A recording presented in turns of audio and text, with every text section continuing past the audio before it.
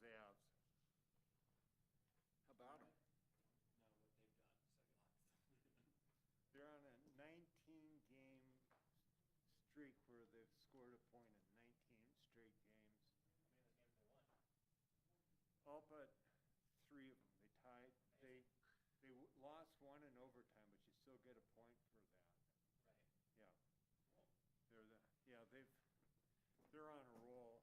We're just over halfway through the season, but they lead the NHL in points, and they've played fewer games than a couple of people that are behind them. Super Bowl?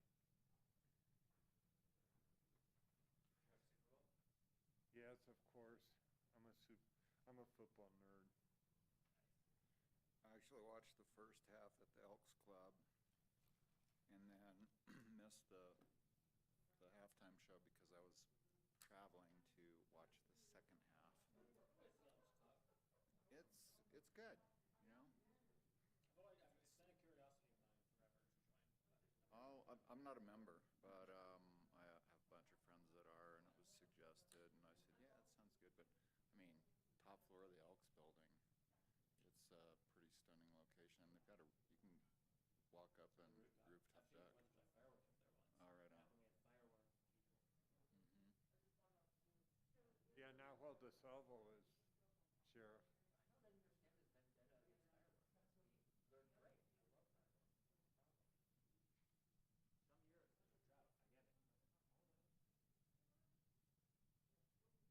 I get it. Bah humbug.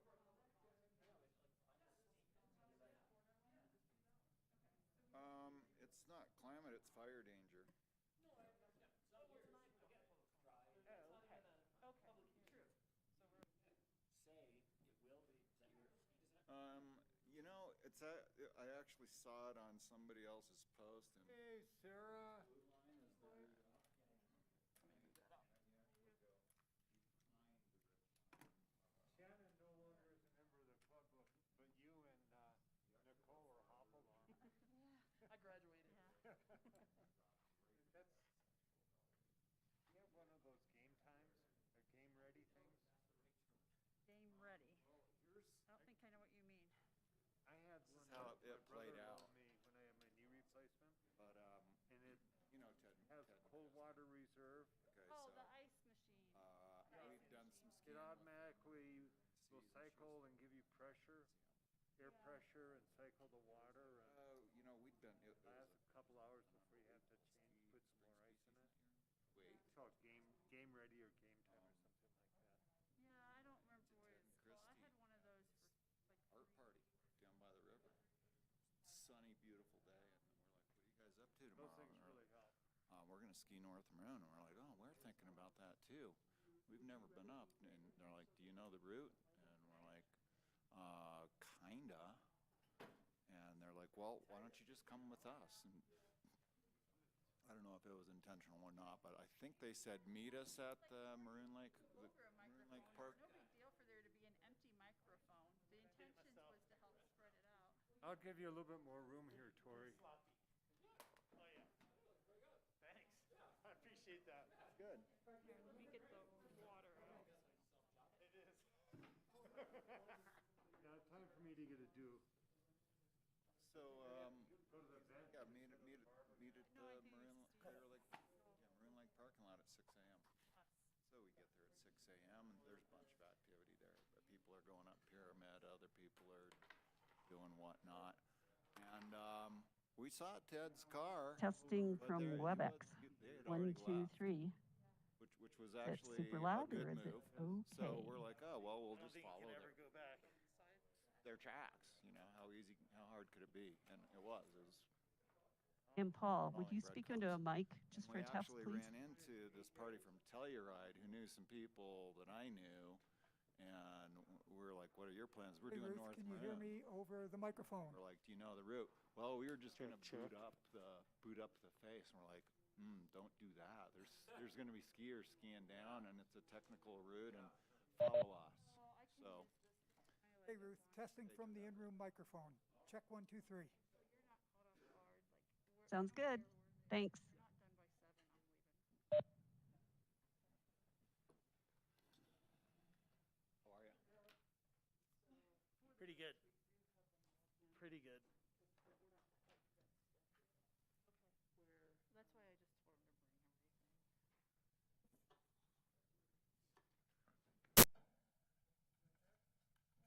I'll just hit Ward. Yeah, exactly. That's all that is. Do you have the spikes? Emergency. Remember that Skippy, how's your weekend? debate about grooming or plowing? Did you perform another wedding? Yeah. It is so much better acted and groomed instead of half plowed. Yeah. Oh, good for you. Where'd you go now? Mars? I can turn it off. We had a wedding for Jamie's client.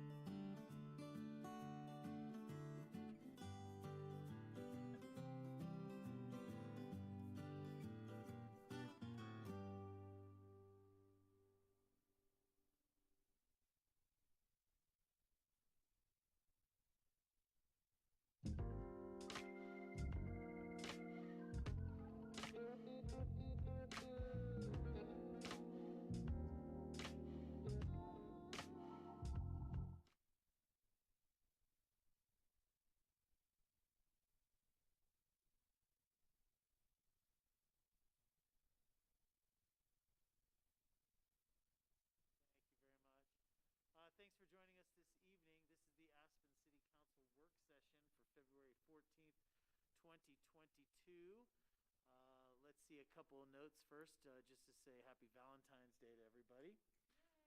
But also to welcome everybody to our new council chambers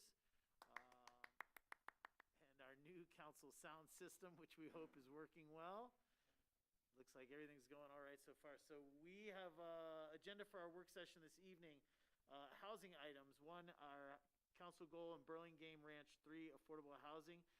Conversation to talk about income level distribution and sales process.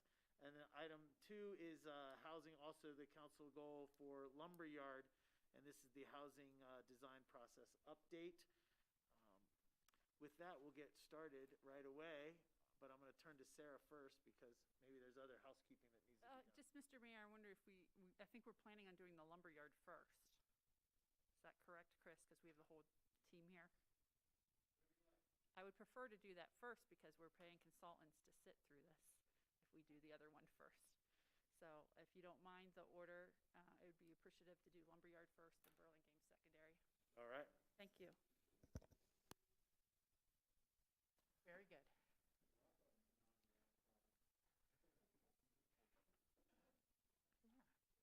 I like the curve. It's just enough to see. A little better, huh?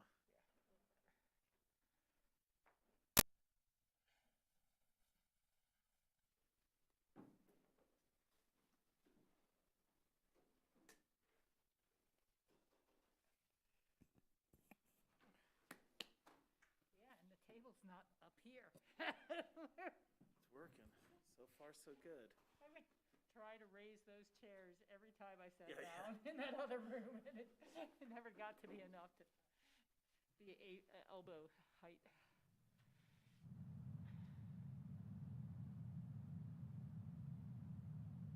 Yep. You want a green light.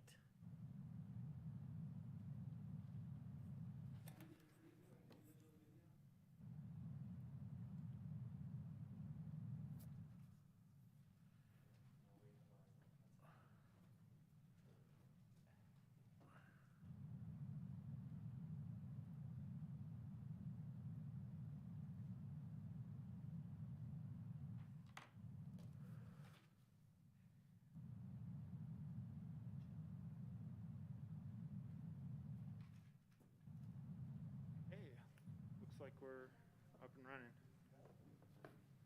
Mr. Mayor and members of the council, I'm project manager. I'll introduce the team, or reintroduce the team. This is Laura Doherty with Cushing Terrell, Charlie Dees, Cushing Terrell, both architects. Laura also project manager, Thanks, Chris. as well as That's right. Sir Giles Corley. I'm working on getting knighted, but yes. With Connect One Design, and Randy Rhodes with Cushing Terrell, who is the director of affordable housing. Also an architect. Welcome. Good to be here. Yeah. So I'm going to let Laura jump into the where have we been, but just real quick. This is our schematic design progress update. At the January 10th City Council meeting, City Council directed the team to move forward with the modified hinge program, and we are in the schematic design process. This is our 50-ish percent, 50% schematic design update, so it's not the end of the line, definitely not the beginning, somewhere in the middle. Plenty of place to still go.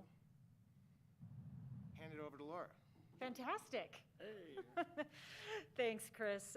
We'd like to pick up generally where we left off when we left you after our last 5 hours together, which again, I still really appreciate all that time. And basically what we've done in that time since we saw you on the 10th is continue to move this project forward. And so our takeaways from our last discussion were we can begin with the hinge as our basis for getting out of concepts and into real site plans. We established our sustainability goals, going for enterprise green communities, plus We established some stretch goals that we're going to use as well. And the big takeaway that we heard last time was really livability on this site. Concerns around the large buildings, that 4-story height, and so, and concerns around the underground parking. And so those are the big things that we've kind of been working on as we bring this out of concept and into a real site plan. So our task at hand remains exactly the same, and our challenges remain the same. It's still a site that we've got a big task to put 310 units into with adequate parking and the right mix of units and really that aggressive, sustainable approach. So no changes there. So where we're at today is, again, as Chris said, this is an update. So I think of this a little bit as the game of pool. We're on a trajectory, and so this update is really about nudging us in the right direction or saying you're on it, keep going. Because as Chris said, this isn't the beginning, this isn't the end, so this is a great opportunity to do either a little bit of course nudging or just say full steam ahead. So what we're going to talk about today is really addressing your comments from before, looking at that parking structure somewhere else on the site, particularly at the rear. We're going to look at the update from final survey results. When we saw you last, our survey was still open. We're going to talk some about the stakeholder engagement that we've had as we're digging into more detail through transportation and infrastructure and sustainability. But really what we're hoping to spend the most time on is the design updates. This is really the first time we're going to see something that looks like buildings. Sorry, Giles, there's also a boatload of site, but you know, the architects get to talk now. It's your show tonight. So we're really excited to start talking about what is it? So again, our big ask of you today, what we're hoping to walk away from at the end of this meeting is, are we headed in the right direction? So when we come back to see you on March 21st, are we hitting all the right notes and making sure that we've got good information on that?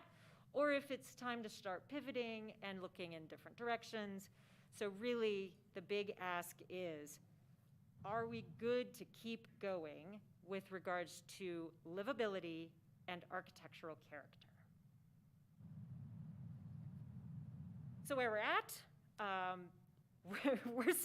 we're still constantly moving the calendar forward. So again, this is our update. We'll be back on March 21st. We say presenting final schematic design.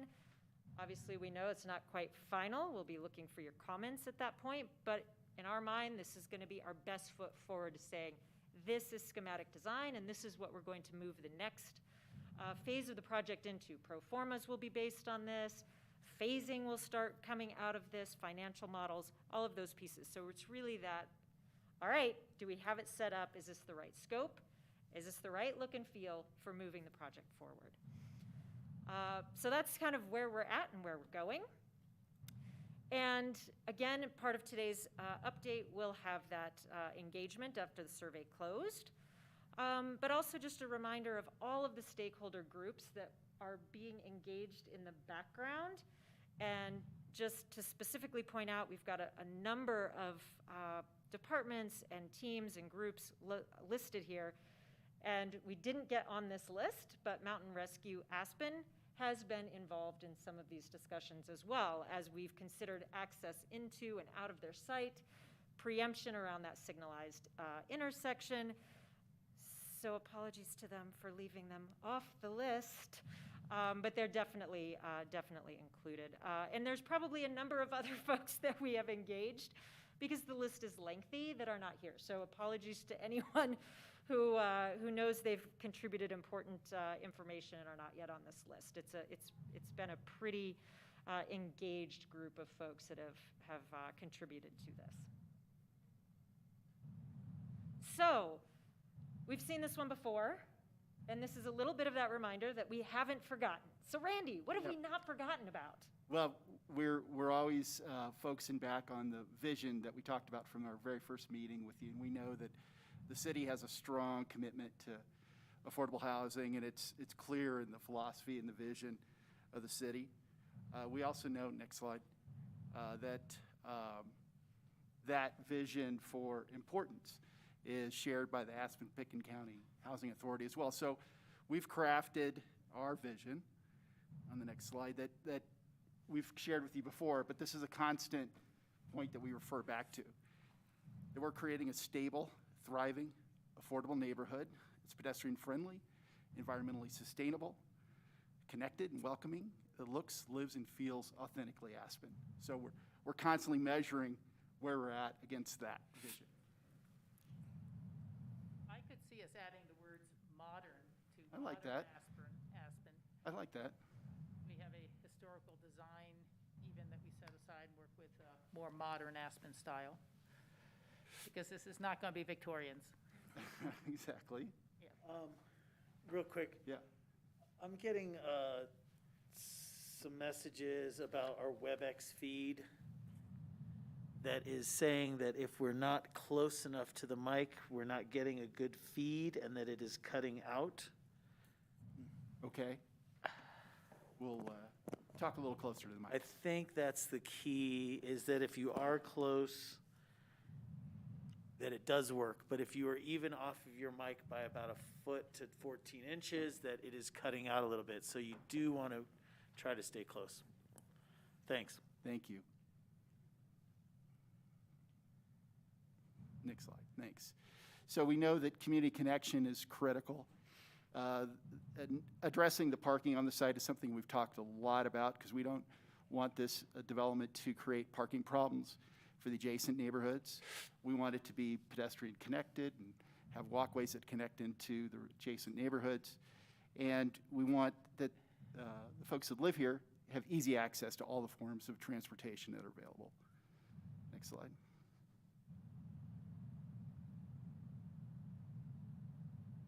Sustainability is central to everything that we're focusing on. We've got some updates related to that coming up in a few slides. But looking at energy, water, waste recycling, and wellness is just central to how we're designing the site and how we're designing the buildings. On the pedestrian-friendly front, Mayor, I reworded some of the statements. So I just want to go through those because I think they were a little confusing in our previous meeting. So tree-lined streets that are well lit with sidewalks adjacent to but separated from the streets themselves with tree lawns. Sidewalks throughout the site that directly connect to the adjacent trails. Safe lighting levels at the pedestrian circulation areas throughout the site. And obviously maximizing solar access at sidewalks and outdoor public areas. We're focused on snow storage and the awareness that any kind of snow shed safety clearances to pedestrian areas is critical. We know that we have to focus on how folks are living. We talked about that a lot. We know that sunlight, access to the outside, comfortable spaces, indoor and outdoor, central. So you'll see some of that development today in our further drawings. And of course, getting back to where we started, this has to be from this place. Our thoughts about materials, about shapes, about forms, about colors, it's all coming from this place. So it's authentically Aspen.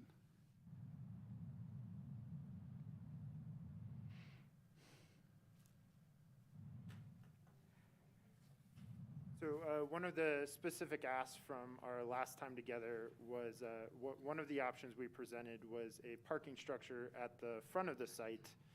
And one of the thoughts was, what's the viability of a parking structure at the rear of the site? So we wanted to address that off the bat because that is the first exploration we did as we parted ways last time. So what's shown on screen here is it's a parking structure that could be 2 or 3 levels.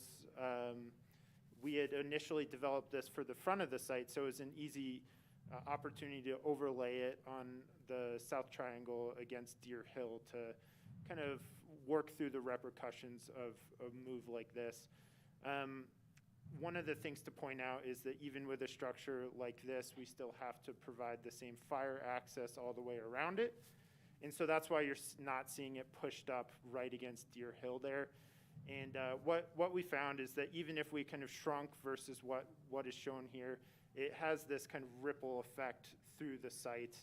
And, we're already kind of pressed to preserve some of those green spaces. And you could still fit some living units on the south triangle of the site in doing a scheme like this. But what we found is that half of those units would then be looking right at the parking garage and likely have most or all of their view blocked. And then you're shoving, half the 98 or 100 units we had planned there into the rest of the site, thus eating up some of the green space. So that kind of pointed to us that, this isn't really a viable option. One thing we still hope to do is look at cost efficiencies with parking under the buildings, the specific relationship of building and foundations to those underground structures. We'll also talk more about grading today and how that's playing a part into not having to sink too much cost into excavation expenses. So I don't think this is a dead issue in terms of the cost of parking being critically important. So we're still going to work through that, but did want to at least give our opinion that moving forward with a separate structure is likely not the best solution for the site, given all the other kind of guiding principles we're hitting on with the hinge scheme. I'll kind of pause there because I know that was a specific ask, and let you ask any further questions on that topic if you want. Yeah, Lord. Well, something kind of jumped out at me when I was going through the packet was that I'd never seen before, limiting future flexibility. I've never seen where that has been a concern for parking on any of the projects that I've looked at. So I was just wondering, I'm not disagreeing with the conclusion here, I'm just wondering where that plays in. Yep, so let's say that there's a future where the folks living on this site don't need cars as much. The question becomes, what do you then do with that space? With the parking that's under the building, it's flat, whereas with a standalone parking structure, the way that those work best are to have sloped parking tiers. I think you're right in between the two microphones rather than right on one of them. I'll turn that one off and lean into this one. Hopefully that's better. Okay. I am slid all the way in. Like the building, the parking below us now, you're familiar with that, the structure slopes. So in terms of future uses, you're really limited just because of the sloped floors with it. To put any other use, you'd be tearing the structure down.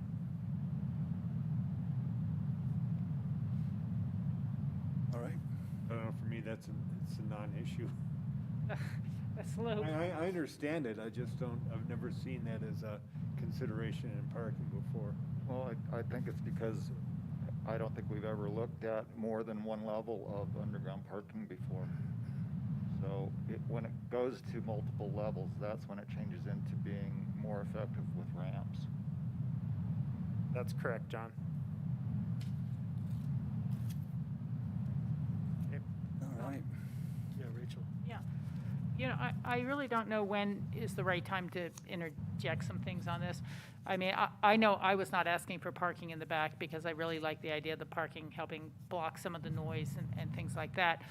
But I would want to say I've really been thinking a lot about the total amount of parking, the expense of the parking, and the surveys we had done originally that said, a limited number of people would be interested in renting units with no parking. And I could see, for the council to discuss maybe something that's like 5 or 10% of the project, so we're not going head over heels. The problem is often people still bring their cars and then just try to move them around the neighborhoods and things like that. So I wouldn't want to go overboard with that, but I have been thinking about, maybe it'd be a good place, and also certainly to have some car-to-go spots, which I don't know we had a kind of real programmed in here already or not, but I just wanted to put that out there. I really, a very small percent, but I was thinking, you know, if it was 5% of 300, you know, or 7%, it'd be, you know, 15 units or something. But just either gives us a little more surface space, or it gives us a little less, or you know, more underground, which either way, where they end up going. But just for everyone to think about, I'd like to throw that one out there. Yeah, I had a couple of high-level questions that I thought I'd like to either get a definitive answer and not go back to it, or if there's areas there that need to be discussed. Number one, in consulting my notes from the last meeting, I think Skippy asked, is 310 unit count, is that set in stone? And is the 432 parking spaces set in stone? I think by code, that's what it has to be. But the question that you're bringing up, and about the idea of using changing some behavior by limiting the number of parking spaces. So it's just two primary questions. Are we going to lock in on 310, and is 432 a number that we're locking in on? And when would we be able to visit that a little deeper? Probably.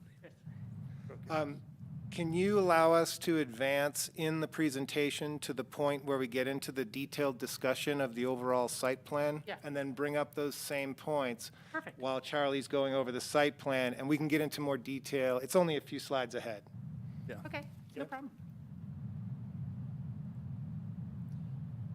So in terms of the outreach, we're so lucky. We had a total of 411 people weigh in on the survey, which is just terrific. So we got some really good data to work with. Really appreciate anyone that's listening in on this webcast now. Really appreciate you giving all your feedback, some really great written notes. People have spent a lot of time.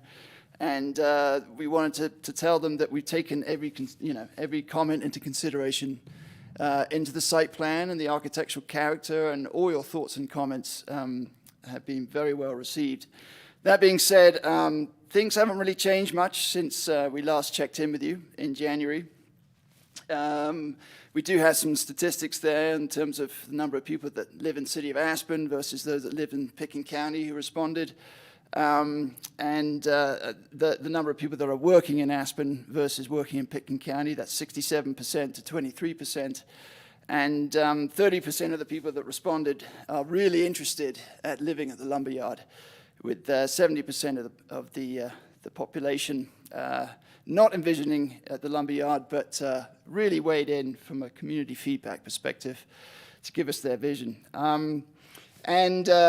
Yeah, things haven't really changed. The slider on whether or not the size and character of the open space has remained the same. People are really keen on having large open spaces as much as possible, with a limited number of defined uses, such as playgrounds and gardens and things like that. In terms of the structured parking versus underground parking, 62% of the people said, yes, underground parking is the way to go, and there's a lot of great commentary to back that up. So that was 62 to 38% in favor of more underground parking. In terms of extra storage near my parking or by my unit, that was dead on 50-50 split. So these guys at Cushing Terrell have taken that into consideration. And in terms of the need for oversized vehicles and campers, a lot of the comments were, this is just not the right site for that. It's just, it's not the priority to park those campers and camper vans and rafts and things like that. So we got 59% of the people saying that's not a good idea. So we've really prioritized the surface parking just being to meet that 1.4 ratio with parking. In terms of unit access being interior corridor versus exterior access, we actually had 82% to 18% in favor of exterior access. But the Cushing Terrell team, the architects, have addressed that in a big way, and we'll show that to you later on in the conversation. And then the two-level versus single-level, 61 to 39%. Dale's working. I don't know what I did. is Hey, Rob? You're on the air. Hear ya. We don't know, but we just got another feed coming through. oh, someone from WebEx. Okay. Maybe someone. Anyway, so Christian Terra have incorporated these two-level story townhomes in the footprints. Can't wait to show you later on in the slideshow. It's been updated since you received the packet. So we've taken that all into consideration. And the shared walled versus preferring lower utilities, the balance, that also will be playing into a larger factor as we move towards the end of the schematic design level. And yeah, the desire for people to have this net zero building, God, it's absolutely brilliant. So that's really championing this huge sustainability effort that we put into overdrive, and it's been some seriously great conversations that we've been having with some consultants and the city Aspen staff. So in terms of outreach and engagement updates. Quickly, 1 second, Joss. Can you go back to the last slide, please? Yep. And, everybody just needs to be patient today because this is an adjustment being in this room. I have a couple questions here just for clarification. On your numbers, you have 48% people live in City of Aspen, 32% live in Pitkin County. That's a total of 80%. Does that mean that 20% of respondents live outside the county? Yes, I'm sorry, I didn't add that number. Yes, that was Eagle County was the next biggest number, and then we had some folks in Garfield. Okay, and then the next numbers that are here are 67% work in Aspen, 23% work in Pitkin County. Yeah, same deal. Next big one was Eagle County, followed by Garfield County, the people that responded. Okay, so 10% weren't employed in the county. Correct. And then in your response about surface or structured parking, was that a response to a survey question, or was that deduced from the vote by dollar method at one of the outreach? That was a survey question and reinforced by the dollar allocated amount. Okay, those are my questions, just to clarify those. Any others, Chris? Yeah, it says full report within appendix. That is not true. The full report was not provided in your packet. I will put the full report on Aspen Community Voice, and then I can transmit a copy to you as well. Okay? Thank you. It's a detailed summary of all these findings and shows the backup and the data. And No, not a problem. I wouldn't have gone to the appendix to find the answers to those anyway. All right. One of my observations is that of the 411 people that took the survey, only 123 of those would consider or envision living at the Lumberyard. That's right. So it's I question how targeted this is, and 70% of the people don't even envision living there, yet they're influencing what the public outreach is on it. So that's just a concern of mine. And that's a good comment, and I think once you see the full report, in there we do distinguish the survey results between those planning to live there or wanting to live there, those who aren't. And we have taken that into mind in terms of how we're prioritizing that information. In the last time that you guys came forward, we had that breakout, and it was super helpful. Without having it now with these additions, is it a semi-similar split? Like I can interpolate? Okay. It is. Correct, yeah. And part of the reason we're not putting more into this conversation today is because the additional results really reflect those we've received at our prior meeting. Cool, thank you. And it was really helpful last time to have it broken out, because they're both meaningful, but they're meaningful in different ways. Yeah. Yeah. Yep. Any other questions on that? Great, but I did want to just say a big thanks to everyone that responded to the questionnaires survey. So in terms of outreach engagement, Steve and Chris has been organizing a whole slew of meetings with various departments. We most recently met with the Pitkin County Solid Waste Department, so that was really exciting. But we have a few reports still in process, such as the transportation impact analysis. Not sure when that's due back, but it's pretty soon. They put out the counters, and we'll be getting that back soon. So the data collection is nearly complete on that. Stormwater-wise, we've been working with Haley at the engineering department, and our civil engineers have been working through the stormwater, so it's all incorporated into the site plan. It's not by any means an afterthought. It's all incorporated and entangled into the site plan design. Same with the grading. We're just getting some preliminary grading. We know how important it is to balance cut and fill and have less trucks on the road taking any kind of material to the landfill, and that's been a concerted effort by this team to make sure that we keep as much on site as we can, or at least process any dirt at an appropriate site. That's not the landfill. Utilities you're going to see a larger, a better plan when it comes to utilities. Those are getting worked on right now. The civil team will have this by March. And then the air quality monitoring is going on. I think Chris said you got some monitoring going on this President's Weekend. See where we're at in terms of all the jets that are lined up, and maybe temperature inversions being taken into consideration. So it may be, a really good time to get the VOC calculations. Yes, question in the back. We're getting a lot of help from Jeanette Whitcomb in environmental health. She's setting up PM 2.5 monitoring at Mountain Rescue. We're setting up the VOC air quality testing at the Lumberyard site right across from where the jets stage. Yeah. So you'll see a small fence right there next to Paul's 5G infrastructure, right at the corner of Mountain Rescue on the sort of up valley side of Mountain Rescue, but on the grass portion of our site. That's where that VOC testing is taking place. And then just to reiterate the transportation impact analysis, you're aware that it's in process and that report is forthcoming.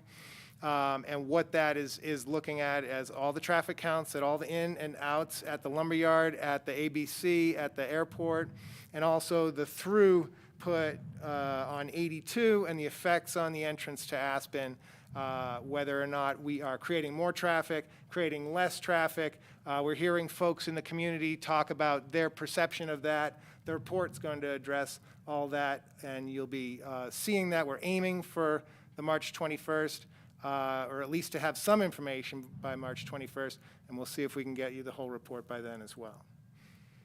Question on the traffic piece. Certainly respondents will not equal residents, but it's a leading indicator. Do we have the cross-reference data to say of the 30% of respondents who have an intention of hoping to live there, where they currently live? Because whether they currently live in Aspen, Pitkin County, or Down Valley will tell us a lot about traffic impacts. The report will look at some of our historical information to use an assumption for that calculation. But we don't actually. We can talk about whether or not that's the right assumption and whether or not a tweak will make a big difference. But when you see the final report, we can talk about that issue. Okay. Yeah, thank you. What struck me particularly about looking at our existing traffic data is that we haven't been monitoring the traffic on Sneaky Lane. And so we don't know how much really is on 82 when all those people are taking the detour down by the city shop. And we have, through EOTC, said, let's start monitoring that, but I don't think that's happened. And so I don't know how to account for it, but I thought it should be mentioned that, there is more traffic, that's 82 traffic that is somehow getting into town without using that access. So that's something I think we need to take account of when we're looking at this. And then the other thing, I think we've all discussed it a little bit, but as you do the traffic and transportation report, I'd like to have the information as well of how many private parking spaces do we have in Aspen? Because I know a lot of people, there's two sides to every coin, but some people are like, hey, this is just going to take people who are already driving into town off the road or, coming up from much further away. And I think those things are beneficial. And now a lot of these people are already using transit and will continue to use transit, and I think that that's beneficial. On the other side of the same coin are a lot of people who have work cars and cars that are part of their job, whether they're taking care of spas or whether they're delivering advertising material like I used to and take my work truck home every night or other things. So there's going to be a certain amount of cars that leave to work, and will not be able to do their work with a bus. So there's that, and then there's people who, again, if it's your employee privilege to come in and use the free parking space for the month, or that you're higher up and you get the parking space all year round, those are attractions for people to drive regardless of the transportation measures. So I just want to kind of get a bigger, rounder picture about transportation to the extent we can, of how many private parking spaces there are, and these sort of things, because this will be helpful for us in working on other transportation issues in our community and designing what type of bus service or shuttle service really has to happen here to make a difference. When you say private parking spots, do you mean commercial? Yeah. Not residential, like No, not parking spots, but within the commercial core, and I've seen the number before. Okay. Like behind the different banks and, all the buildings that were required to build parking, they use them, and they attract people in to use the parking space. So, it helps us in the broader picture of how we're dealing with the entrance as well. But I just, want that to help fill the picture out. Thank you. Yeah, a couple of times reading through here, I'm going, what is VOC? And I finally Googled it just so we know it's volatile organic compounds. And I'm just wondering if, because it is situated adjacent to the airport, if that's an ongoing quality that we should be monitoring, not just during President's Weekend. I know that there were some studies done, but those are at North 40 at the other end of the runway, where the air quality is bound to be very different because the planes are not taking off from that end of the airport. So that was one thing that jumped out at me. As far in the study, somewhere in here it says that there are only 5 trips a day difference between the build-outs, the sizes of the unit count. So that would indicate that there are not nearly as many generated trips from the lumberyard as has been anticipated throughout the community. I've heard a number, I don't know where it came from, 400 trips a day new trips a day are gonna be generated from the lumberyard. I'm very skeptical of that. Skippy mentions it, that most of the people I think that are going to be living at the lumberyard are already coming into Aspen to go to work. So Skippy's point, I think, is really important to understand where are these people that are going to be living now, because the greenhouse gas emissions from somebody taking transportation from the lumberyard are a lot lower than they are from somebody from Carbondale. So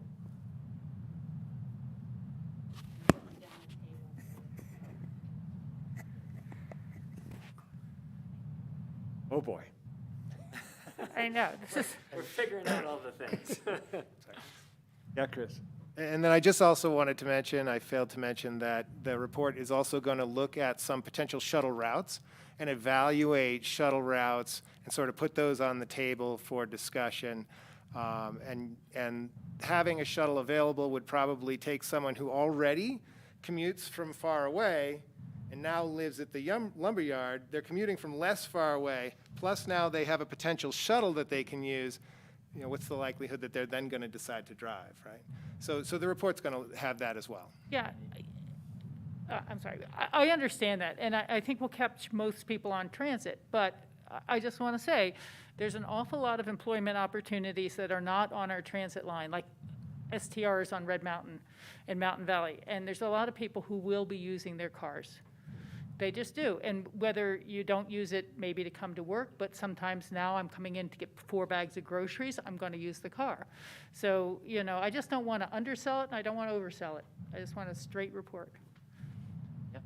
Okay, That's what we're all that's all. asking for. That's all, yeah, no, I know, that's what everyone's asking for, but I'm just saying, as much as I would like to be out there saying everyone's gonna get on the bus in the morning, I know a good 20 or 30% won't be. Sure.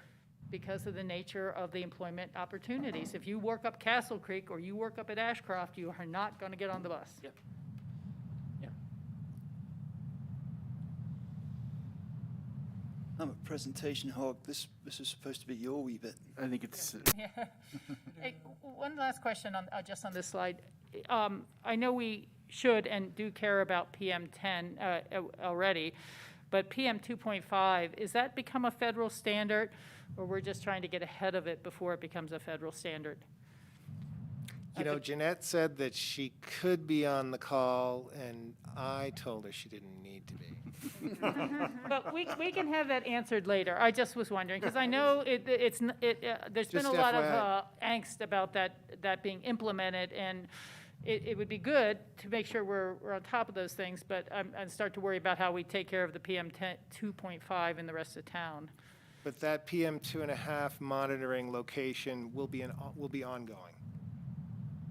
And we'll find out later if it's a new federal standard. Thank you.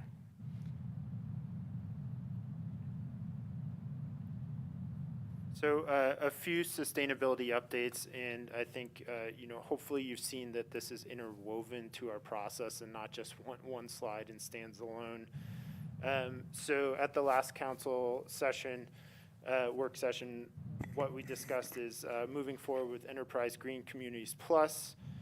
We have our 75% energy offset target through on-site renewables. So just wanted to give a few updates of how we're proceeding in those efforts. We are working with a group that does the certification process. You might hear us refer to them as a green rater.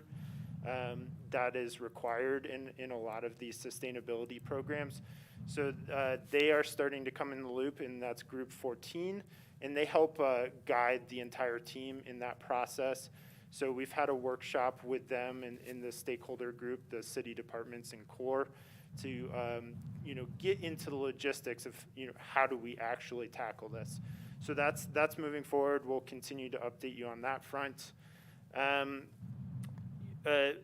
The stretch goals are still in our sights. I think the one we can give you an update on today is the use of recycled water. And really, after diving into that a little bit more, it's just proving to have maybe too many hurdles for the site. Randy, I don't know if you have any more specifics on that, Randy or Giles. I wouldn't say it's dead in the water. Okay. But yeah, I think there's a, the raw water that's coming out as a secondary treatment from the sewer plant is what we're hoping to make sure in the future, if it's 10 years from now, that we have the opportunity, we have the infrastructure, we thought about how we're going to connect to that. And so that's going to be a huge consideration. But for now, it just seems in this sort of complex web of water law that I'm not willing to give up on yet. But in terms of trying to get something in the ground right away, I think we need to bear that infrastructure in mind and make sure we're not going to forget about it. And if and when that opportunity arises, that we have that raw water secondary treatment available for this project. yeah, we know that it can't be the primary No. source immediately, but like Giles is saying, to the degree that we could plan for it and have our system set up that it could connect if it becomes available, that's our strategy right now.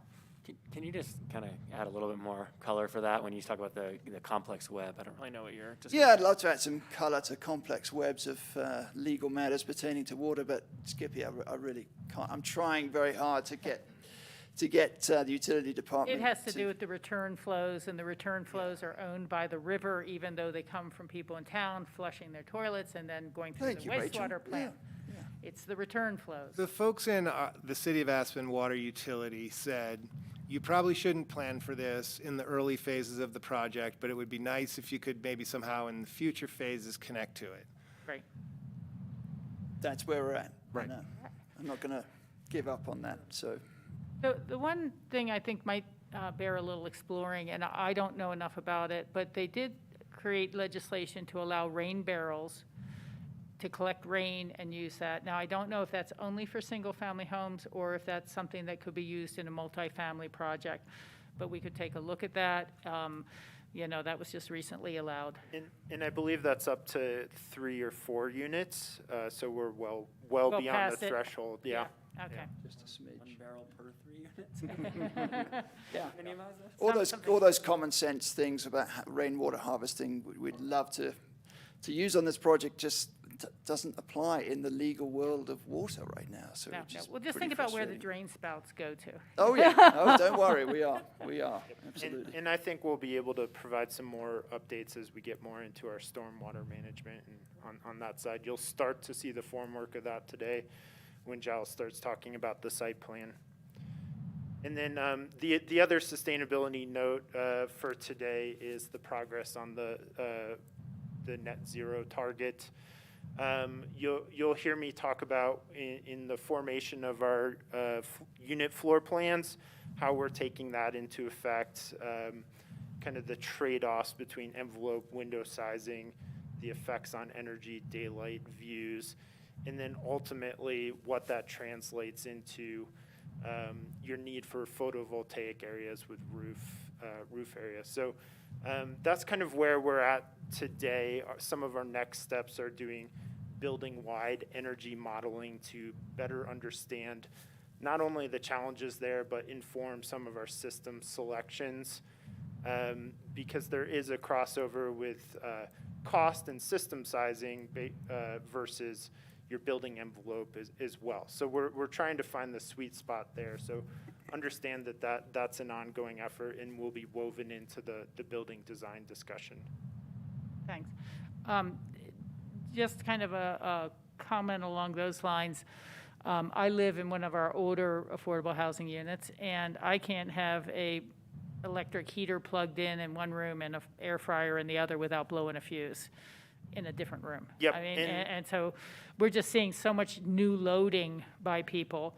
And what I'm wondering is, I don't know enough about it, but are the induction stovetops a much bigger electric draw than a regular electric stove? Because we are going to all electric, but you know, I think that chefs always want that natural gas because of the on-off heat, and the substitute for that is really induction ovens and stovetops. So I'm kind of wondering if we can later look at the price difference on that, or to make sure we're having the power for that, if that should be the case. So great question, great minds think alike. I think when we were touring the buildings, Chris asked me the same question. So you can look at kind of energy comparison, converting BTU to kilowatt hours, and they have done this study to look at induction versus natural gas. I think in general we can cross natural gas off the list just because we want to electrify the site, but the good news is that induction versus like a ceramic or one of those coil electric, the induction is still kind of the best performing. And most of that comes down to the efficiency of it. The one concern is people have to buy new pots and pans that work with induction stoves. You know, there's not a huge price threshold there, but it is something to think about. So, yeah, we are considering that. And I then, actually saw something the other day, you can convert a pan. You put it underneath and then, Magnet pan. yeah, anyhow. Nice. and then in terms of just general electric circuiting, I think building codes come a long way that, you know, you still don't want to overload your circuits, but I think there's better attention to it from the code now. So hopefully we're not replicating that scenario. Good, thank you. In 1 minute, I got to take care of some more housekeeping. Amy? Yep, either one will probably work. Amy, we're still having a little bit of feed problem. I think it's mostly just related to microphone and mic sensitivity and people speaking in the mic. But my question is, if we were to keep our sound muted on our individual laptops, but utilize the microphone, would that help? Okay. Laura and Giles, you both have your microphones on your computer. I don't know if it's doing anything or not, but I have an attached to audio. not a problem. I'm just going off what I see, Laura. Okay, thanks. All right, let's just all try to stay in the mic.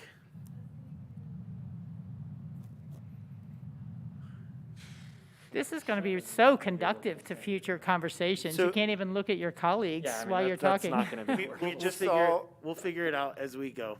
Figuratively and actually, we all just have to lean into the process. So I'll do my Oh, best. good work. Wait, snap into the Yeah. mic. Anything else on sustainability before we Board move did on? appreciate that joke, by the way. So I'm going to hand it back to Giles here shortly. This is just kind of our standard presentation form, giving you that kind of idea of where we've been. So really what we're looking at today in terms of design development is starting to add some detail and some infrastructure to the site design. And then, as we've said already, taking that first crack at the building. So I think you're going to see quite a bit of development there. Again, this is a progress check, really where you want to be coming out of schematic design is to have confidence in starting to develop systems and engineering coordination, things like that. So coming out of schematic design, there is still room for a change, but we're really trying to narrow that funnel. Where we're at in schematic design now, there's a lot of opportunity for involvement. So hopefully this is, we can dive in a little deeper and have some good discussion on what we're presenting today. So with that, I'll hand it over to Giles to talk where the site has come since we last met. Here we go.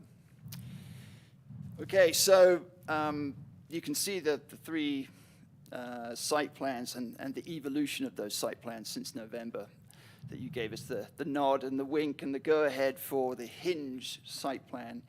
And you can see that we're basically going from a concept now into a proper site plan development.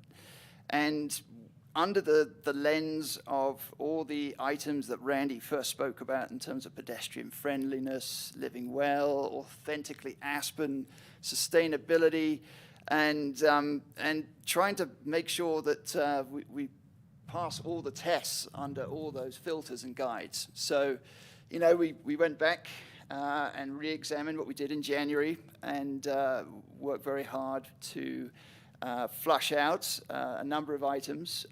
One thing that you'll see in particular is the multi-use trail that has been a great driver for one of the most prominent things that I'd like to have is the pedestrian friendliness of this project. So we've turned that on its head, and I'll go through that in just a second. But we've also been working, as I said, about the stormwater management, trying to make these facilities as integrated into the design as possible. We've also had a really good look at this pedestrian node in the middle, which I'll talk about as well, and how that's related to transportation. We have been talking about WeCycle. We have been talking about Car2Go. We have been putting all those things in the hopper. So without further ado, let's get into the site plan, the latest and greatest site plan. So, yes, so as I said, besides, the nuances of like where do dumpsters go and things like this, one of the big movements that we've made is this new multi-use trail that you can see on the previous slide. You don't have to go back, but we had tried to be as loyal as possible to the existing alignment of that multi-use trail that parallels Highway 82. And at the end of the day, where that puts you at the connection at Highway 82 is a very dangerous intersection. That stretch that's right behind between Mountain Rescue and Highway 82 is pretty undesirable. It's covered in fines, it's slippery from all the gravel and maintenance that's going on. So we actually had a good hard look at that alignment and came up with this brand new alignment, which at some stage we were actually considering doing an underpass to try and get this to work. But we feel like this is a really great new direction to engage this community with this multi-use trail. So you can see at the south end that it passes what we're now describing as Building 3. There's Building 1, 2, and 3 that will be referenced throughout this presentation. But it's now you can be on your porch and you can watch people go by on your bikes. It's very engaging. It's not this disconnected, dislocated trail. It's a big part of this community, and that is one of the things that we started, and we put our stamp down and said, when we want someone to pull into this new neighborhood, we want them to see people playing Frisbee. We want to see kids running around. The last thing we want people to see is cars. So we have stuck to our guns with that design full-heartedly. And so we feel like this trail shift is a big part of that movement.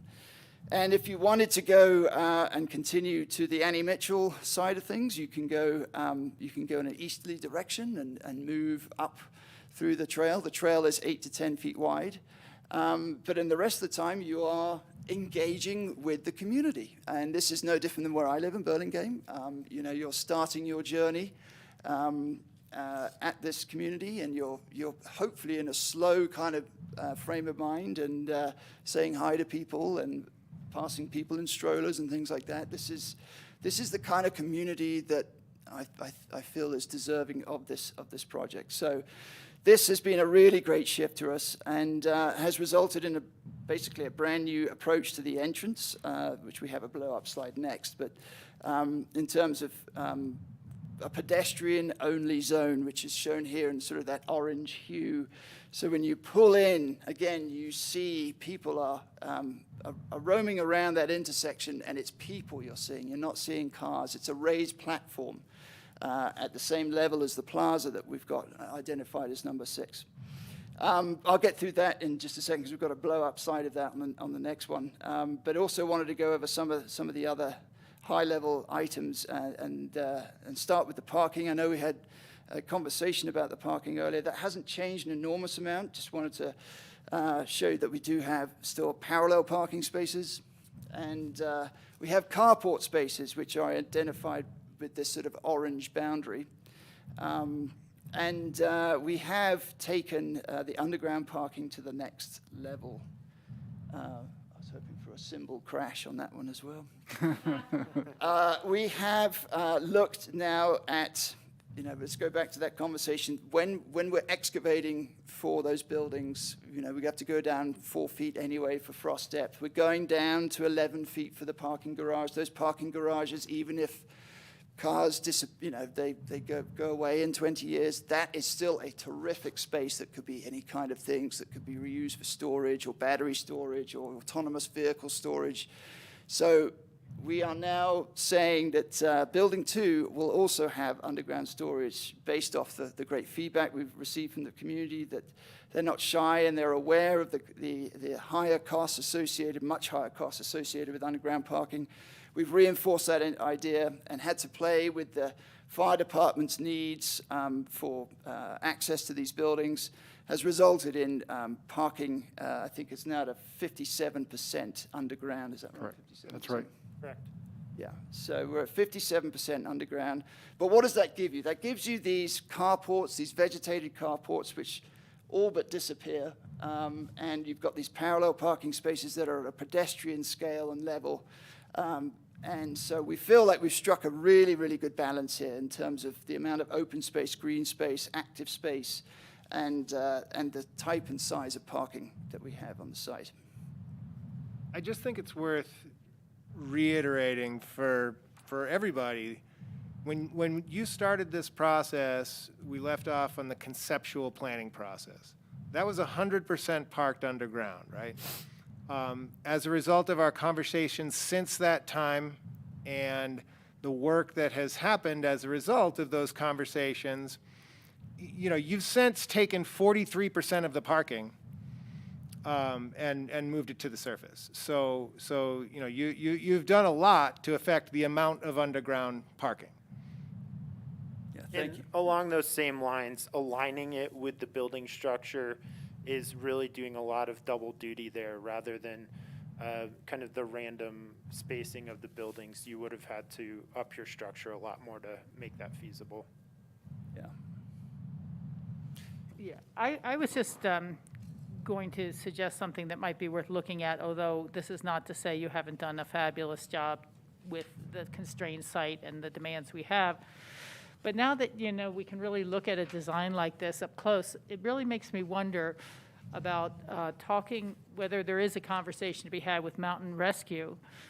I know how important their parking is for various reasons next to that access, but if we were able to offer them underground parking and full replacement parking and be able to maybe use a little bit of that land mass as well, would that help us out?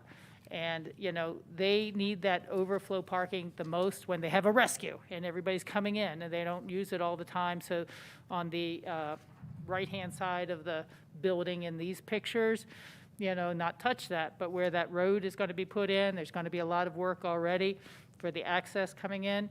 It just makes me think, is that, you know, a lot of land there that maybe with a certain partnership, we would be able to get more of the parking underneath and maybe have either more green space or more space for the buildings.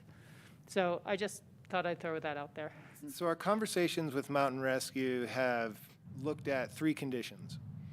The one condition, of course, is the emergency condition. Right. And then what does the flow look like during the emergency condition?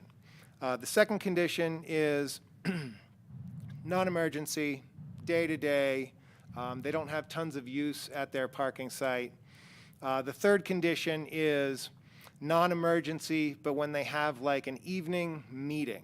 Okay. And they may have more cars than usual, but it's a non-emergency situation. Sure. We've looked at 3 or 4 different configurations to this point, gone back and forth with them, and we've actually ended up back in this condition. Yeah. And so those conversations are ongoing, though. Okay, well, that's all I was asking. I mean, I just started to look at it, and it's like there's an awful lot of land there that if their parking lot was able to be used on that side next door of the road and even under that road and to the other side of our land, what we own, I don't have a boundary here on this map, but it just made me think maybe that's a small piece that could be of mutual benefit to both Mountain Rescue and us getting a little more land mass without paying $1 million a square foot for it. So thought I'd throw that out there. Yeah. Thank you. Thank you, Rachel. So yeah, some of the other sort of things that we're starting to get into at the schematic design level is sort of, as I said, the stormwater areas, the depressions, where the rain's going to go on the various events. We're starting to talk about materiality in terms of some of the parking spaces having pervious paving systems involved, and we're starting to make sure we're checking a lot of these boxes so there are no surprises by the time we get to the end of March with the SD level. And I guess another thing that we'll just talk about is that we have had some conversation with Lynn at the Transportation Department and had some preliminary conversations about this bus shuttle and route. And one of her requests was that it's not just one bus stop, that we have little drop-off and pick-up spots around the project, and assume that the buses will be circulating around the whole project, again, like they do at Burlingame so successfully.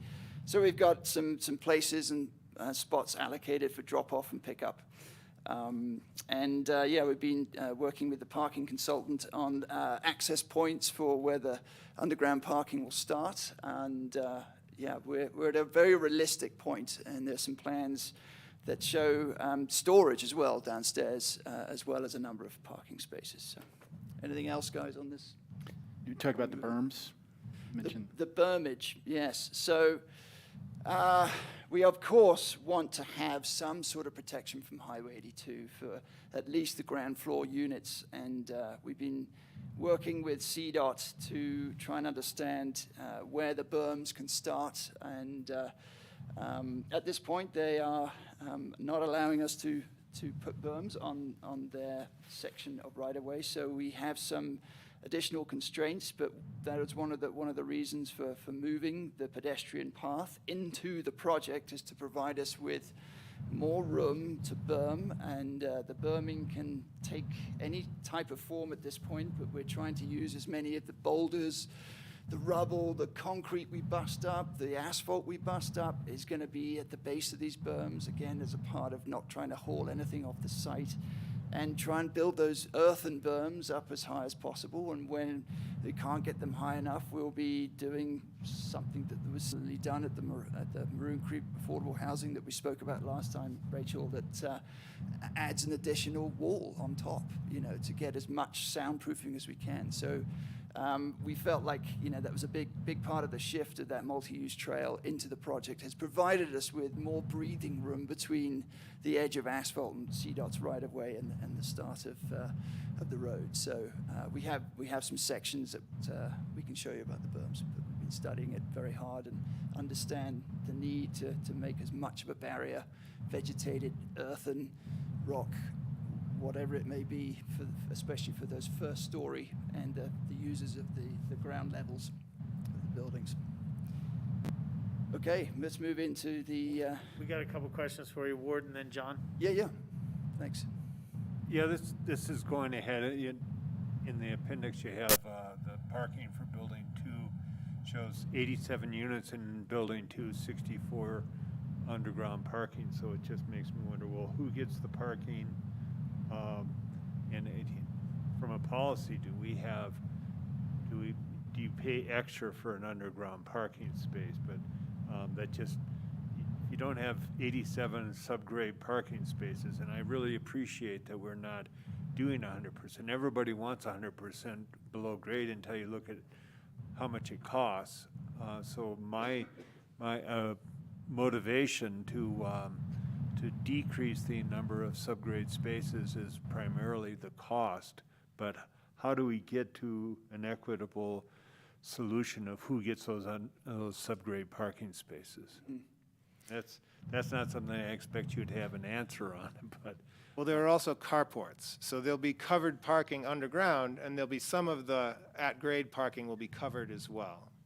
And I just wonder if we as a policy-making body want to say, if you want a subgrade space, you can get it, but you're going to pay an extra X amount a month for it. Exactly. Council, I'd suggest that conversation. we save that piece till we're a little further along. I think that's a property management concern. I think maybe if we have a better handle on what we're building, it'll help better inform your discussion on that. Yeah, I wasn't looking for an answer tonight. I just wanted to plant a seed for thought. Well, just one comment on that. It will add into this question of what category you're in. Is that an add-on on top of what is 30% of your income, or is that supposed to be included in your rent for the categories? John? Yeah, I just noticed in the presentation that this verified that our parallel parking slot size of 8 feet by 24 is higher than the Aspen City Code at 8.5 by 18. The difference in length is 6 feet. It's probably not a significant amount, but I would think that we could fit in a few more parallel parking spaces. We've adjusted it to be 22 now. So we're trying to maximize everything that we had. So we've been working in close concert with the underground parking folks, and we were actually trying to make up a deficit on the surface to make that work. So, but we made it work by doing exactly what you did. I was trying to be generous, the bigger trucks, and so I built in kind of a dimensional contingency to make sure that we've got this in. And this is ongoing work. One thing that we really haven't noted is that we're working pretty closely with Trish Aragon and her engineering staff. So there are a couple of representatives from the city engineering department who are working pretty closely with us on all of the dimensions of the roadways, all of the dimensions of the crosswalks, all of the dimensions of the carport parking spaces, the head-in parking spaces, the parallel parking spaces. So there's extra eyes on all of that stuff, and that's going to continue to move forward. So everything that you guys are talking about back and forth is actually still going back and forth between this team and the city engineer's office as well. It's just an ongoing dialogue. I had a strong feeling that that's what was going on. Thanks. Thanks. So bear with us. But again, if we're off course, please say something. Yeah. Welcome. Thanks, Chris. So in terms of the close-up, the fun stuff, the landscape architecture. To hell with the architecture for now. guys have got your moment. But, you know, again, I can't emphasize enough, this is one of the reasons I was so excited about this project, is to learn everything that we did at Burlingame and move this into all the best aspects of what we have in all the other projects around town. And to me and the rest of this team, pedestrian friendly is a huge component to this. So fairly recently, we moved the trail over, and this sort of precipitated a discussion about pedestrian movement and people movement and bikes and strollers and people with triple strollers and, you know, all these kind of things, and putting them first, putting their needs first, making sure they're not having to cross a whole bunch of roads, making sure they're not mingling with cars unnecessarily. So we've created this designated node, so to speak, of this raised platform. You can think of the area kind of outside the Opera House and how all that is at the same grade and elevation. That's the kind of thing that we're feeling about here. Seamless transition from one side of the road to another, where a car goes, whoa, I'm not really, you know, I'm not really feeling I'm supposed to be the priority here. It's people. I'm slowing down. There's going to be stop signs. There's going to be, you know, all kinds of things to say, hey, this is not my zone. This is a zone that I'm going to let people, bikes, strollers cross at free will, and I'm going to slow down. And so that happened with the shift of when we moved the bus stop from the entryway, if you want to wiggle your mouse around there, Charlie. It used to be there, and we moved it around and made it a part of the nexus. The nexus of this community is about trying to get people onto the bus, trying to get people onto the WeCycle bikes that are so fun. I mean, you know, the electric bikes and things that WeCycle are offering. Not, you know, this would be one of probably many different stations. I haven't spoken to Merita about it yet, but, you know, we've got 24 potential e-bikes in this area.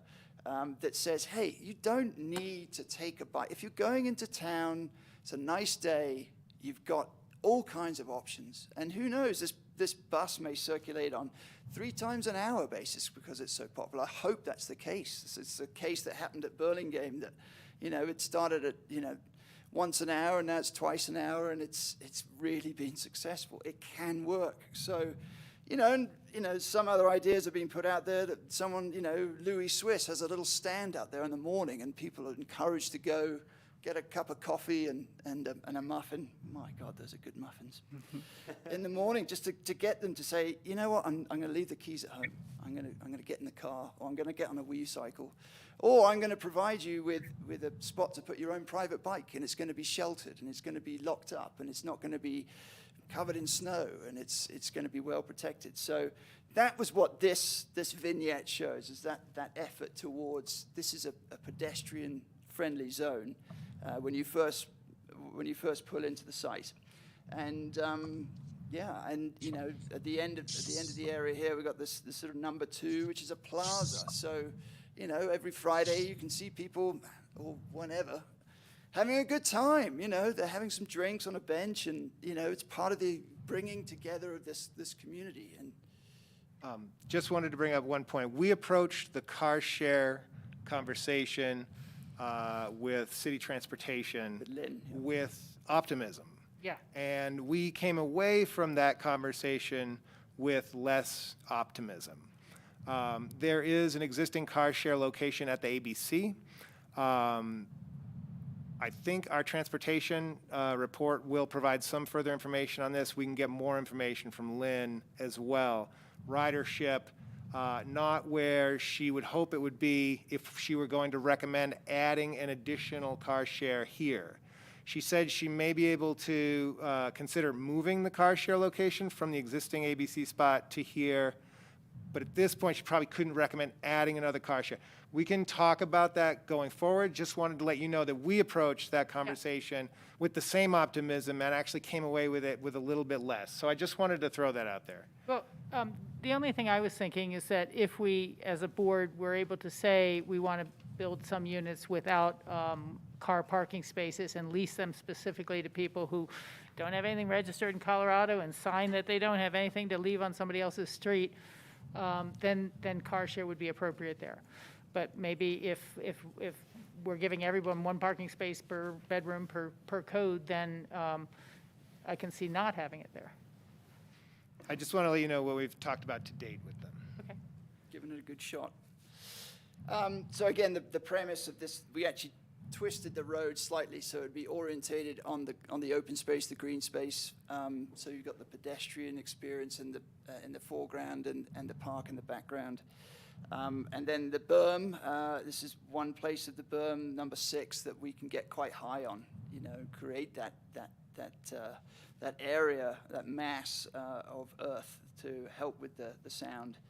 And we've added the traffic lights and some of the more realistic striping that's going to occur with the left and right turns. You can see at number 3 that Christian Darrell thought about the community space, Rachel, that you brought up last time. So for parties and gatherings, that corner of the building. And number 11 is a typical access point to one of the buildings, and you'll see later on there's a rendering that we've done that's sort of taken from where the word bus is to orientate you on this slide for the future slide. Excuse me a second. Yeah. Is this an extra credit slide? I don't see it in my deck on the. No, this was We cranked took out the about- weekend to, give you some bonus points. So We we were will here, send this out when we're done. We didn't feel satisfied. We've got some extra credit materials to show you later that Charlie has lost a lot of sleep putting together. We've all lost a lot of sleep. Yeah. Skippy, go ahead. Yeah, I was going to ask, so just kind of looking at the whole feature of Yeah. 6, the ringed lines, are those intended to be like topographical features? That's so I'm understanding the shape? Yes, And, yes. and what's the height of each line? That's a 1 foot line, and it's not maximized by any means. It's going to be much higher than that. So 5 we're feet. probably going to get at least 15 feet in height in that area. And we'll have some three-dimensional views of that to share with you later Okay. in this presentation, so Yeah, just if we're give you a not- better sense. If we're not all asleep by the, Yeah, the end of the right. work session, Yeah. then we've got some SketchUp models, some 3D models that we can run everybody through. Okay, this might be another thing that'll pop up later, and if so, redirect me. But you talked about not just covered, but vegetated parking spaces. Do we have Yes. images? Okay. Yeah. Yes, we do. Great. Yes, we do. Sit here and listen. So a couple of things. One is not just this slide, but the other one going back in our packet. We don't have the numbered legend on the side, and it's difficult to see the numbers both on our screen as well as in room here. So I have some more questions, but I'm just kind of keeping a list of notes. That's great. Is that okay? That's great. Yeah. And we'll come back. Yeah. Yes. You've got visuals on here. We can see it, just can't see the numbers or whatever. Do you want me to run through the numbers quickly? Does that help? I think I'm up to speed on this one. Okay. You mean the numbers in the circles? The legend, yeah. It was just there was a lot of arrows and lines, and we wanted to clean it up. So And yeah, it's all good. No issues for me here, except I do have questions. For example, the indoor community space. I have a question about that. that's coming up when these So, guys you do know, their dog and pony. the bike paths, the routes that you showed. I have some questions about that. I'll Maybe just hold 'em. maybe that's a good one to do now. Actually, if you want to hit the bike path Sure. question now. Anything yeah. architectural related, these guys are going to probably hit. So, well, the bike path, the updated design here is a departure from what's both there and what we've been talking about. And what I like about it is that it reverses its flow from in front of Mountain Rescue to behind it. Makes sense. But it also, it cuts through the property, which could be good because that's giving quick access to the bike path. But it could be bad in the terms of the people that are trying to use the bike path for commute and access. They have to now go through this development and cross 1, 2, 3 roads or 4, what depending. So I just, I appreciate this being brought forth as an option. I just wonder about it. I just don't know. So are we going forward with this? Is there more conversation that needs to happen around this? I'm not a designer of bike trails and stuff, so I don't No, absolutely. there's more conversation that needs to happen. It's We a need to work coordinate session. It's this a work with, session. You can- with parks folks. We need to coordinate this with all the people that have opinions about trails, different departments. And so it is a departure, and we try to explain some of the logic. You got it. You see some of those advantages, but this is the first opportunity to kind of share this departure and this new idea. And you're right. There's a lot that we're going to have to grind through to make sure that this ultimately makes sense. Okay. Yep. And yeah, I would, like Giles mentioned, if there's site-related questions, group them with the site slides. If there's building, group it with that. But we do want to bring it all together at the end. Specifically, I think, Tori, is with your comments, like, are we taking on too much with the site? I think that's kind of the critical question and discussion we want to have at the end of today, and get your opinion on this, because moving the bike trail is a reaction, not one that we're stuck to, but it's just To what, one though? way To of what? It's solving a it. reaction to the fact that we talked about the berms at Maroon Creek, okay? And one of the things that we found, and this is information that we found doing our due diligence process, is that there's very strict regulations about the berming that you can do on the CDOT right-of-way. So having to push the berm more towards the development and further away from Highway 82 is a result of that. That creates less space for the routing of the bike path that we had previously shown. So this is an evolution based on gathering more engineering data related to what's allowable in that CDOT right-of-way. We can still put the berm partly in the CDOT right-of-way, just not entirely. No? We can't, our understanding is we cannot. I Finding understand. less and less space. I understand. I just wanted to know where we were in this process. I didn't hear much comment up here or how it works in, and that's all fine. So I'm caught up to speed here. I'm trying to think if there was any other. I mean, I like the evolution of what we're seeing going on here, so it's in the right direction. I just didn't know where we were with what kind of. Just as a teaser, we've got a ton of stuff to show in like the next hour or something. We got a lot. And there's probably some questions that are going to get answered three-dimensionally by being able to see some of that. So we'd love to get to it. We've got some more blow-ups like this and some sections and things. Okay, and then we've got floor plans and all this stuff. Okay, and then the last question I had was about the intersection that you're showing here with 82. Is that the transit master plan Yes. that's been developed? The CDOT plan? That's what they're interested in. Yes. This is what they Correct. prefer. Because I was wondering how that hits Mountain Rescue. Mountain Rescue may or may not like that. Based on the CDOT access control plan, which we will be complying with, Yeah. we will put a signalized intersection there. Did want that on the plan. But also, just like the fire station at the ABC, the Mountain Rescue Aspen will have the ability to control that intersection during an emergency condition. Right. And then, and that would be assumed as the primary access. Yes. But the other road still goes out into the ABC. Yes. Okay. Correct. Right. And that trail connection at the ABC there, that's where that trail is right now. So that picking it up at that's a reasonable connection point. Rachel, other questions? Yeah, just, no, really quickly, I do support vegetative parking, but I'm also very water conscious, and I'm sure you guys are too. I know I've seen in Grand Junction where it's very, very dry, a lot of really nice lavender. They attract bees, but they make beautiful, xeriscaping. So I just want to make sure when we're vegetating, we're xeriscaping. Yes, definitely. Thank you. Lavender. Sounds nice. It is very Just to point out another thing, Tori, near where the frontage road connects to the ABC, we're showing it, if you're going in the down valley direction, it turns slightly right, tees into the existing road at the ABC. City Engineer's Office does have us looking at an alternative where that would continue more of a straight fashion. We're evaluating those alternatives now, and we're going to be doing more of that soon. And that's kind of at the place where you enter the BMC West and Mountain Rescue now, isn't it? The location? Yeah. this main intersection. Yeah, so that's someplace where the bike trail's already crossing the road. I'm really excited to see the bike trail go behind, because that's the most dangerous bike intersection, I Yeah. think, between the business center and town. I agree. Okay. So hopefully maybe the next few slides will help orientate you and give yourself a sense of scale.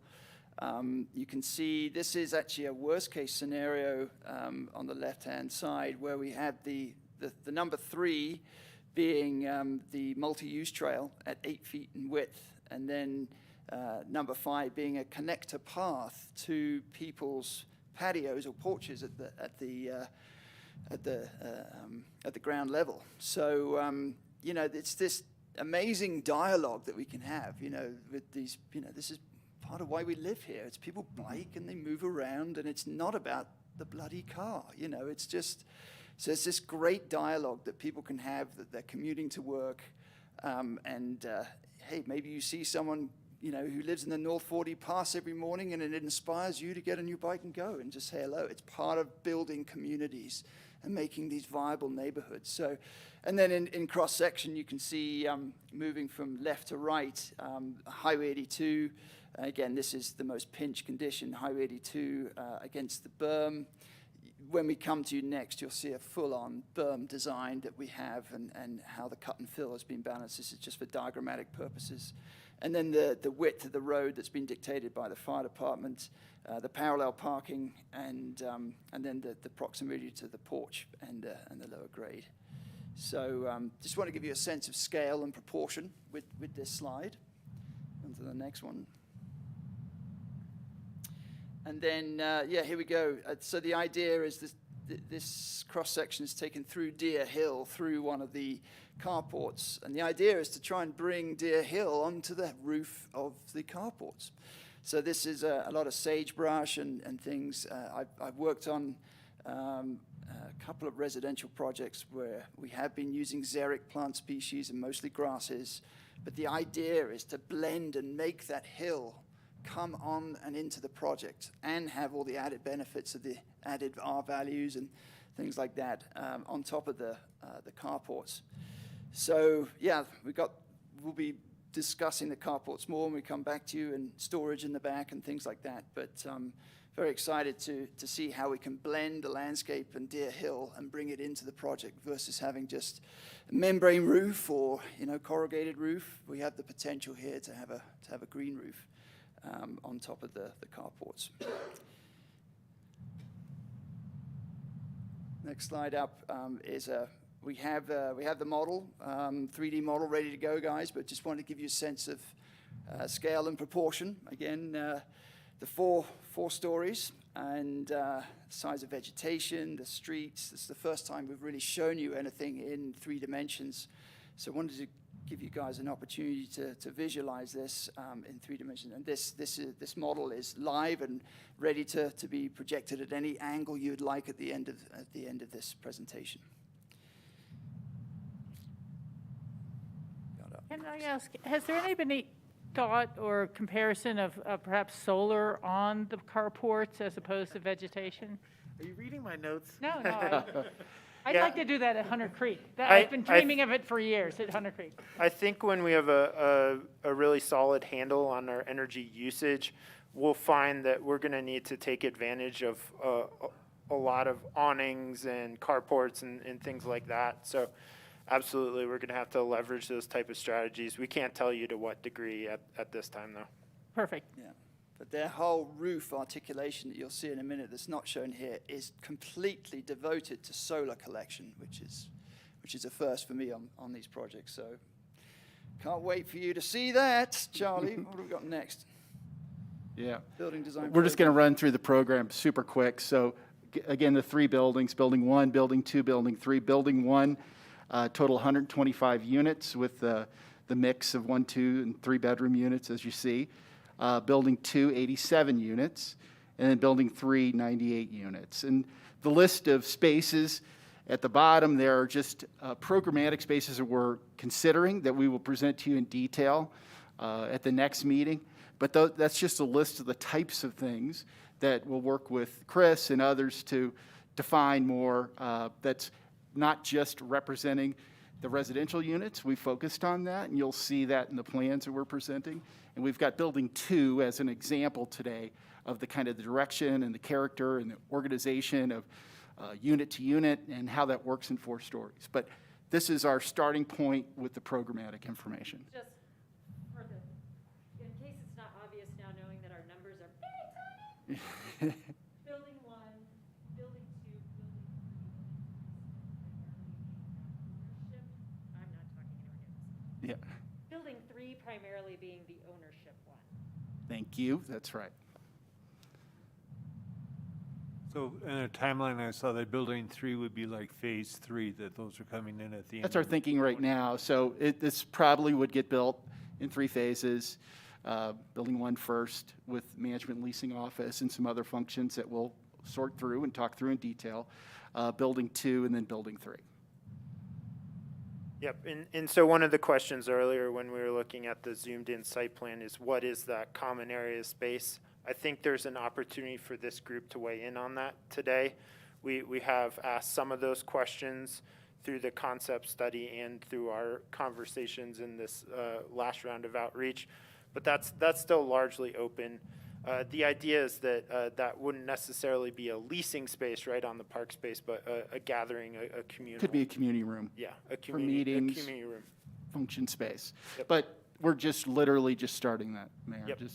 But there's space inside that ground floor to accommodate functions other than the straight residential functions. Yep. And so when we see you again next month, there will be development and specifically labeled and appropriately sized in terms of leasing offices and all those other support spaces. Okay, and then, to bring it back to livability, this was, critical in the way we look at developing the buildings, specifically with the concerns of the larger buildings, the 4 stories and the double-loaded corridors where both this group commented, but also the public. So before we even started developing unit types, what we did internally is say, what are all the kind of like pressure points, the sore points of living in this type of building? What are all the things that make a good building or a good unit in which to live, so that we could then start to think about what is our reaction to them. So this is a representative sample, but by no means it. But one thing you might experience owning a house versus living in an apartment is how quickly you can get out the door, how much of a hassle it is, and the effects that has on the enjoyment of going and enjoying a bike ride or taking your canoe or kayak or whatever it is out.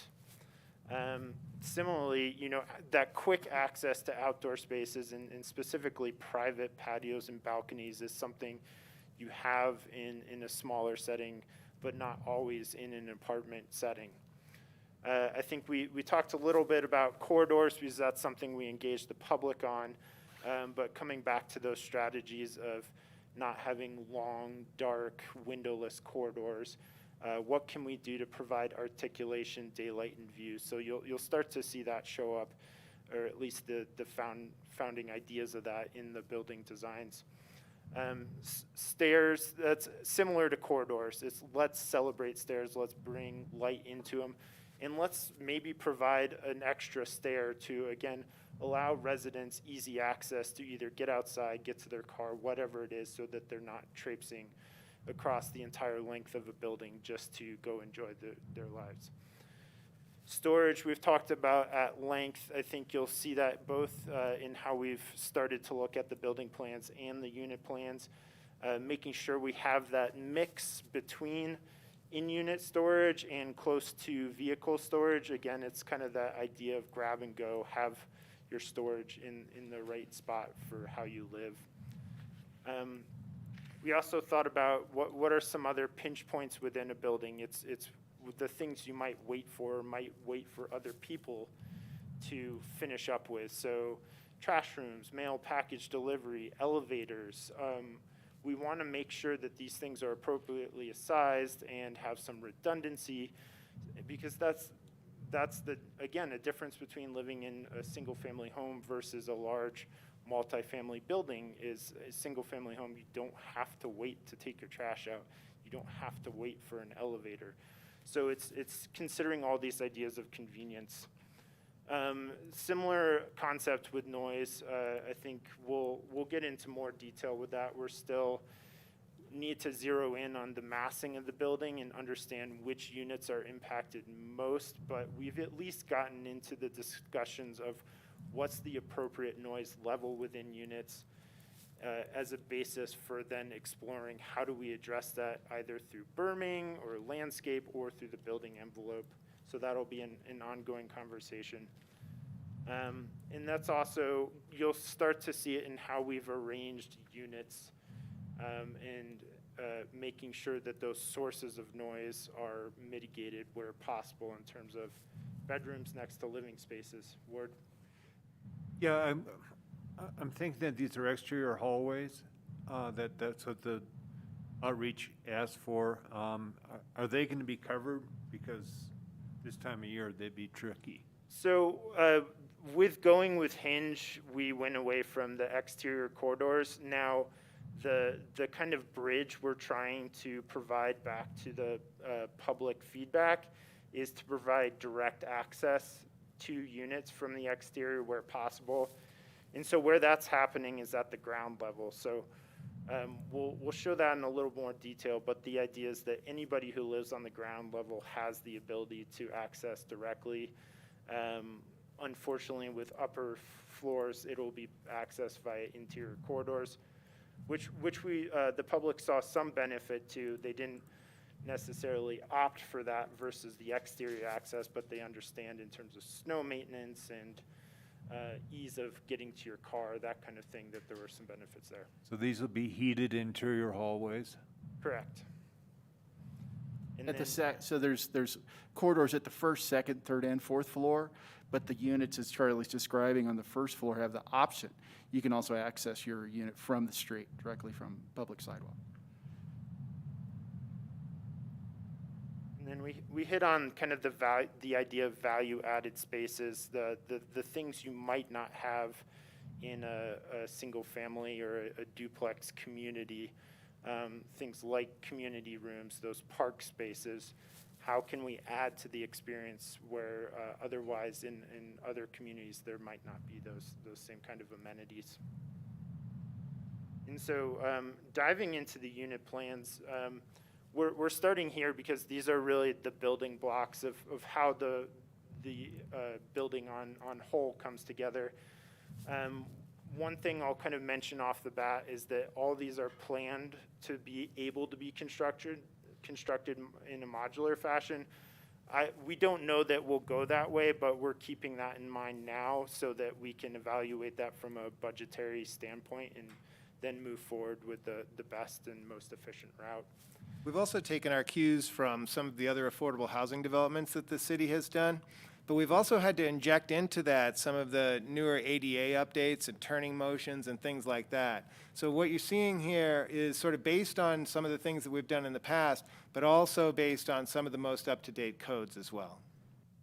Yep, and these are also specific to our site.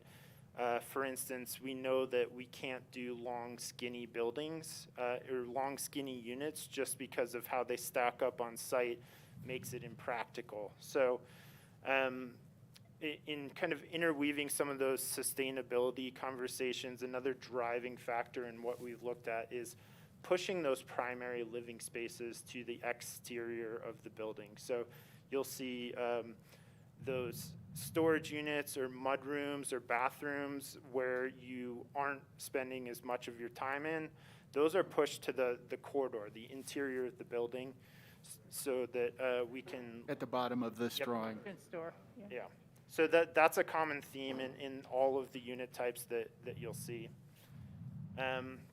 We've also done daylighting and view preliminary studies and had that compared to energy modeling. That is an ongoing conversation because there's, based on orientation on the site, there's a big difference in the loads.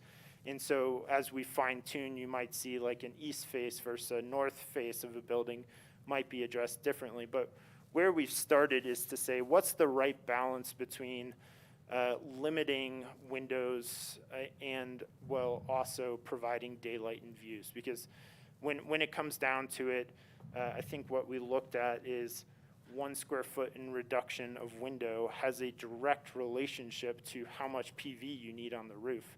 It also has a direct relationship with your unit sizing and things like that. So when we look at that at a whole building scale, there's quite a big impact there. So again, it's striking that balance between daylight views, that livability, with kind of the ultimate goal of hitting our mark with the 75% net zero. Yeah, just looking at these next few slides here, that all are using interior hinge doors, and I just question how pocket doors, because they increase the ease of internal circulation. I don't know what the cost difference is, if it can be built in, just to toss that out there. And we do make use of some pocket doors, like if you can see my cursor right now, that master closet is one, for instance. What I will say with pocket doors, you need to have the wall length to accommodate them. Contractors hate them because they're a pain in the butt to install. They do need a 2x6 wall to host them. And operationally, they can get a bit sticky. As an architect, I love them for that exact reason, because they don't take up space. So I think where it makes sense, that is something we'll include. I think here you can see we don't necessarily have the wall space for pocketing, but in the closet situation we do. So that's something we'll continue to consider as we move forward. Thank you. Approximately how many square foot is the 1 bedroom we're looking at now? So our starting point is the Aspen Pitkin County 700 for a 1 bedroom, 900 for a 2 bedroom, 1,200 for a 3 bedroom. Our 1 bedroom unit is a little north of the 700, but we're able to stick pretty close to it. I don't have an exact figure. Our 2 bedroom, so we have 5 unit types. I'm keying in on 3 today. I think the appendix had all 5, and I believe they had the exact square footages on them. With our townhome units, the 2-story units, they are I think a couple hundred square feet above those targets. They are limited in their count, and we thought it would provide a good mix, especially with kind of how dynamic a space they created. So it kind of gives us a wider range of maybe price points or possibilities with those. But we can look at their impact on like the overall building design, and it's really flexible because there is this modular approach to swapping out unit types if that's what you feel strongly about. So I'll be able to show you a little bit more. I appreciate knowing the size. It's just when you're looking at the little cube on your screen, you don't know if it's 400 square feet or 800. And I live in a 2-bedroom that's 740, so it's nice to see. We've started the process with the APSHA standards. Yeah. With the awareness that, we can request to reduce a small amount if we've got good natural light based on what's in the APSHA regulations. Right. But without taking that too far, we see some developers taking like 20% off, and we probably wouldn't be pushing anything near 10%. Well, and the one thing that we're not going to settle here, but, we look at a studio and we give people credit for 1.5 people in there, but we're not designing it for 2 people. And we look at a 1 bedroom and we're designing it for 1 point some odd people in there. So more likely than not, 700 square feet is not bad for a 1 bedroom that's going to have 2 people at least half the time living there. I wouldn't make them any smaller. We're focused closely on those APSHA standards. Good, thank you. And making the most out of them. So I think there's, for a 1 bedroom unit, the mud laundry room and the extra storage within it, I think makes it a very nice and livable unit. And I think that's a common theme with where we started with the unit design. And speaking to that point, real quickly, you've got 3 items in here that are specifically denoted: king-size bed, possibilities in the bedroom areas, bathtubs in every unit. It says in every unit for families with children, so I don't know if that's every unit or if that's every unit. Yeah, I probably should have thrown a comma in there. Every unit for every unit? In every unit. In every for unit. families. And with then children. washer dryers in every unit? So the washer dryers, I think the specific comment there is that looking at under counter washer and dryer, rather than like a stack unit or rather than a pedestal unit, and the efficiency of space that creates, kind of that countertop and shelves above the washer dryer, is incredibly useful. Provides you that folding area and all that kind of miscellaneous cleaning supplies, laundry supplies, linens, what have you. So which room is it in? Is it the counter in the kitchen or the counter? It's here in the mudroom, so if you can see my cursor, it's. So I just want to point out that there are washers and dryers in all 45 of the rental units that the city did over the last couple of years. And Randy might have some additional context on just the general approach of what the direction of affordable housing in general related to these things. Yeah, for affordable housing for the last 25 years that I've been doing, we would always have washers and dryers in the units. It's one of the hallmark differentiators between other low-income housing options that have been done in the United States. And so I would say that it is ubiquitous. It is a market kind of standard for affordable. And given that there's nearest laundromats in El Jebel now,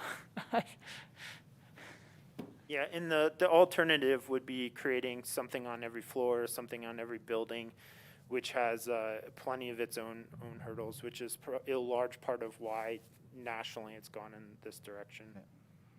Chris, just for context, are the Aspen Housing Partner, are those a bit below the APSHA guidelines, as I recall, for square footage? The Aspen Housing Partner rentals at all, the three projects that went in the last few years, I thought I recalled that they were a bit below the APSHA standard. They were. In fact, during the approval process with City Council, we actually provided a list of all the unit sizes. You know, those units were site-built, and so there were some slightly less than standard conditions in corner units and other odd conditions in the buildings. And so most of the units were some 5 to 7% below the APSHA standards, but there were a few corner conditions here and there where there was a slightly smaller unit, but it was better to have a unit than have no unit, right? And so it varied, is the answer. But these are all coming in a little bit north of the APSHA standards. It's case by case. Okay. We keep refining this, and just like Chris said, our starting point are those standards. And if we could make it make sense to be slightly below that, we will be presenting that. Right now, I think we're right around the standards with what we're showing in each of these cases. And one thing I'll say is that there is a little bit of inefficiency with size with going with modular that then is made up by going with modular in the kind of production line and creating those. And that's something we'll get a better handle on once we're able to move into budgeting to see, does that make sense, or can we take some space out of here? And we're like, the approach is that we're not arbitrarily adding any square footage to the buildings due to cost, but we're also not going to be asking to excessively remove space from any of the units either. Yep.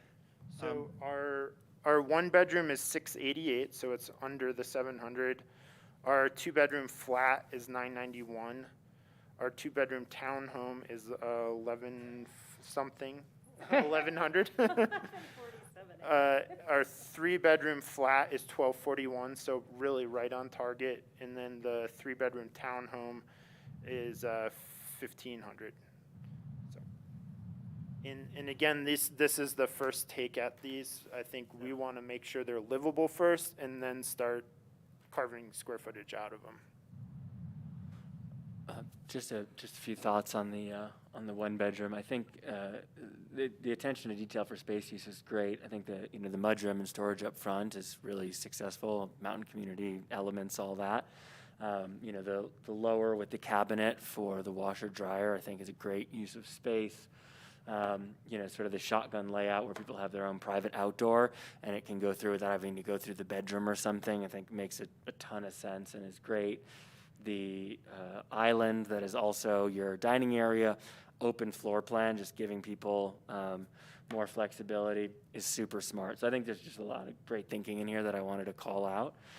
The only thing that stood out to me in looking at the rendering as a potential concern, and you mentioned the pocket door, so it helps a bit, and I know there's a king bed in there.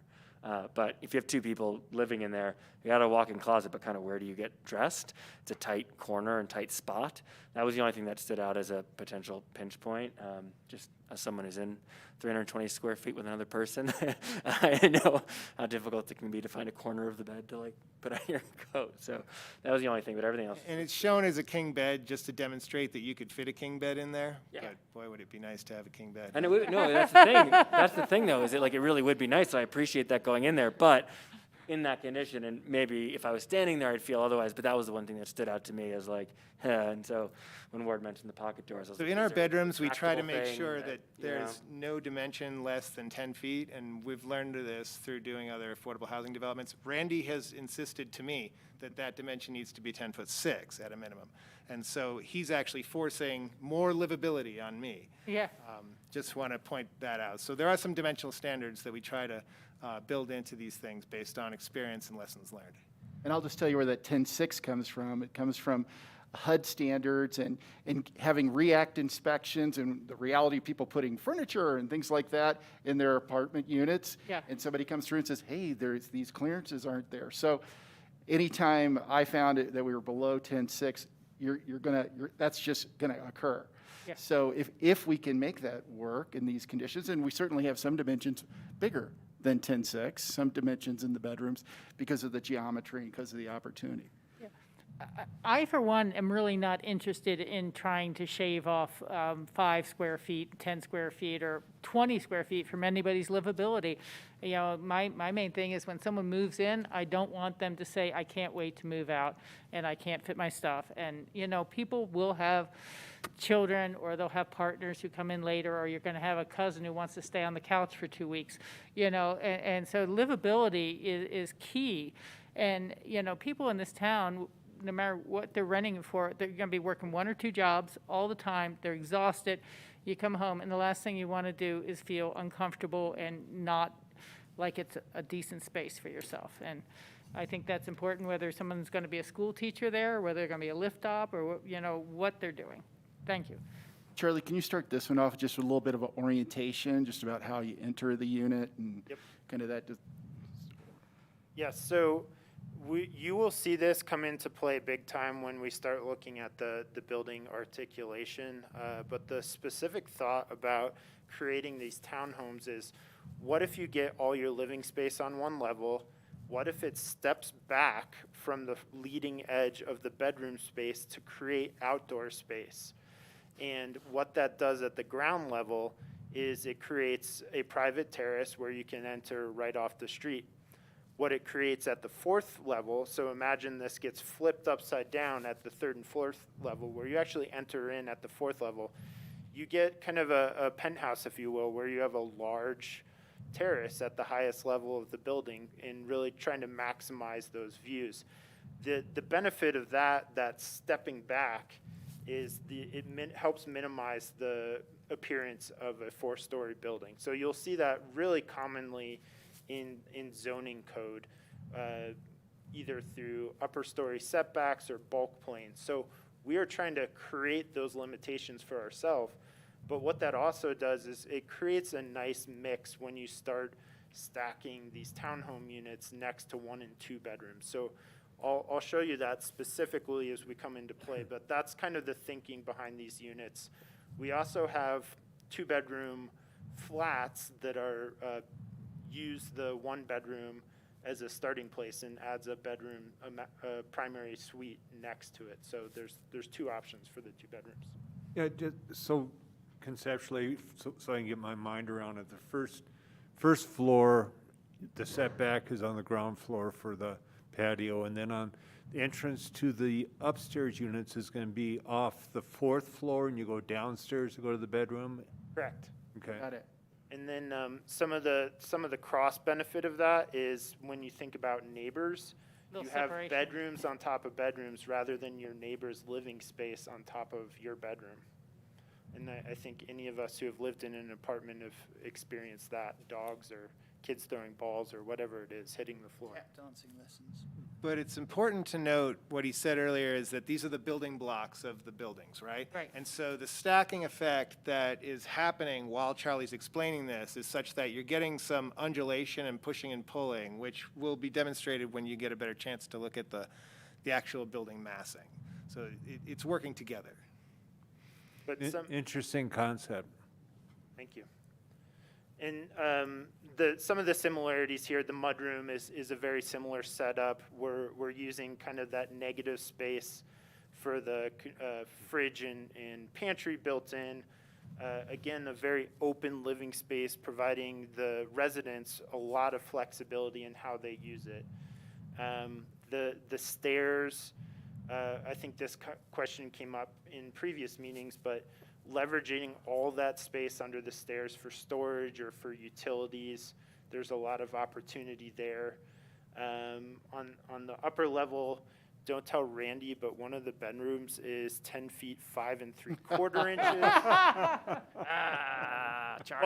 But we squeezed in a little built-in desk too, recognizing, that might be a child who needs homework space, or it might be roommates who one's using the kitchen table, the other needs a different space to work from home, or a scenario like that. Again, getting at least one bathtub in there for especially for families with children, not just for families with children. And then I didn't mention it on the first plan, on the one-bedroom plan, but you'll notice all the entry doors are inset a bit. So that's creating this kind of sense of space. This is my space. This is my entry to my unit. It also breaks up the length of the corridors rather than long, straight walls. And we haven't gotten into trash collection. Some buildings will do what they call valet service, where you actually put your trash outside of your door. I don't think that's where we're going with this one. But again, that kind of inset door keeps those trash cans out of the hallway. And then this is another one where there's, with the 3-bedroom flat units, there's a very specific location in the building in mind. And that was realizing that either 3 roommates or a family that requires 3 bedrooms needs more living space. And again, to pull as much in terms of light and views into the living space that couldn't necessarily be buried towards the interior corridor or hallway. So all our 3-bedroom flat units are at corners of buildings, so that you can get in that living space daylight on 2 sides.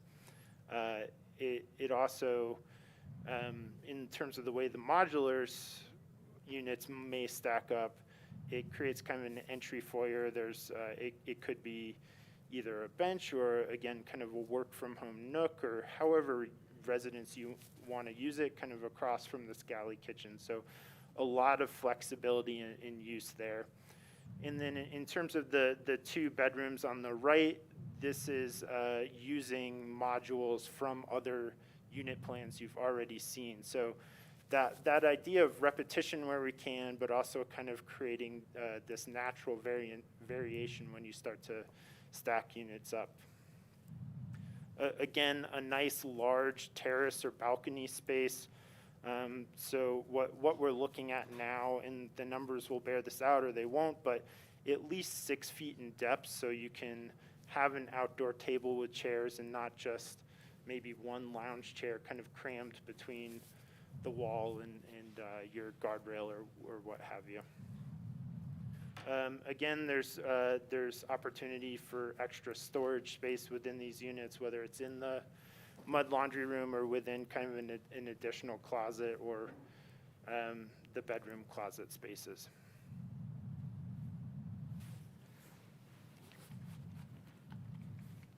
So you can, I'll jump to kind of one of our 3D studies in a bit to show you how those units really start to stack up and create the building blocks. but wanted to dive into overall floor plans. This is one where it is a first take. We have proved to ourselves that they fit on site to meet our unit counts. We know we have enough space allocated for those common spaces, but without kind of the detail or articulation to what those may be. You'll see we have a direct relationship with the parking garage underground and some storage space blocked out adjacent to the underground parking there, recognizing that's a better place for things like bikes or some of your outdoor gear rather than traipsing it all the way through the building. We'll hopefully understand that in more detail kind of the next time we see you to say, well, what does that look like? Is it a cage? Is it a room? How many people can it accommodate? So we'll continue to layer on information here. I'm going to skip to the next page here because it has a blown up version of the site plan and there's some common themes within that. One of the things I mentioned in terms of livability is we have kind of our 2 required fire stairs. You're seeing those at either end of the building. And then here kind of in the center knuckle of the building, we're trying to have a more celebrated stair. Hopefully it's a little more communal and inviting, but again, it's providing residents an easy way to get down and out of the building. Similarly, there's 2 elevators there. This was one of the kind of selling features of Hinge versus more buildings that would require more elevators just because of the number of buildings. There'd be mail rooms, delivery lockers on the ground floor. I think we need to understand kind of logistically on site how that might work best. It might take a different form, but it's at least a starting point. This is the ground floor level, so we're showing, if you see where my cursor is circling, this was right off of the pedestrian plaza close-up that Giles showed, so there's always hopefully a nice relationship between those common outdoor spaces and the entries to the building. Covered entries are important. And then also entries on the back side of the building depending on where people might park. Okay. We're also looking at making sure the ends of corridors aren't encumbered. So again, that's a perfect opportunity to bring light into those spaces, views. In a situation where my cursor is circling now at the kind of upper end, it also might provide an opportunity for small gathering spaces, just a little reprieve. Not sure how we'll program those yet, but it's a start of a thought for further development.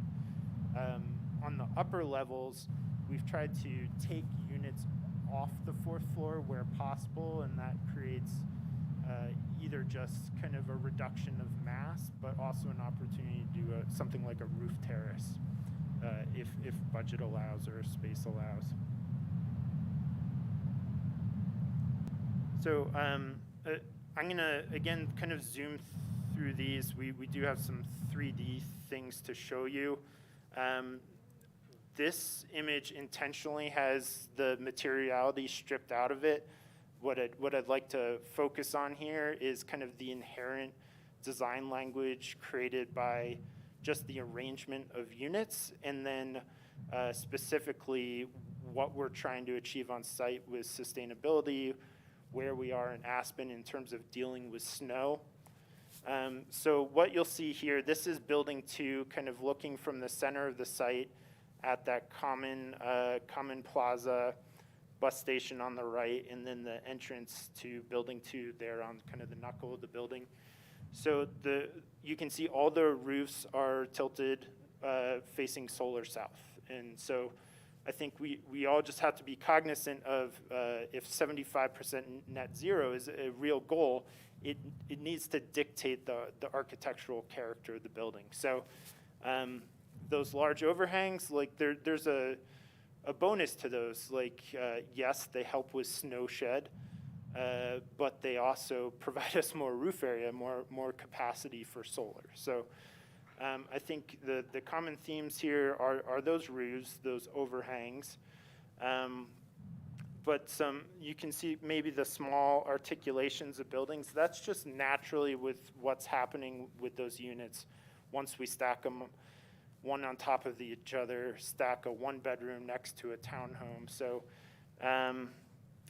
this is kind of, if you can see my cursor, this is where it's inset one of those 2-bed townhomes. You can see the ground level is inset, kind of creating that porch patio, direct street entrance, and then up on the 4th floor, it steps back to create that terrace. And so, again, it's kind of creating that natural variety in massing. And there's kind of an infinite possibility in terms of how we stack 1-bedrooms next to 2-bedrooms, 3 bedrooms versus townhomes. So there's a lot of flexibility in that approach. You know, I think it looks great in that sense, and I'm really very much on board with most of this. But I have to say these buildings read like 5 stories, not 4. And we know we're already hearing concerns that are 4 stories way beyond the pale for our town. And I'm just kind of wondering what sort of height are you hitting there? And is there really a 5th floor under that overhang, or that's just articulation that's needed for the solar? Correct. That's not occupiable space. Yep. And so right now they're angled at 20 degrees, which is kind of the optimum solar angle. Yeah. You can reduce that and reduce the height. I think that's something we'll need to explore to understand better. The other thing is, can we use those spaces for mechanical equipment and save more of the open roof space? PV. For PV. So I think it depends on what's critical, and if height ultimately is the most critical part, those are able to be reduced in height. Our floor-to-floor preliminarily, we're just saying 11 feet per floor. So by the time you get up to these lower roof lines, we're at about 44 feet, 44 to 46.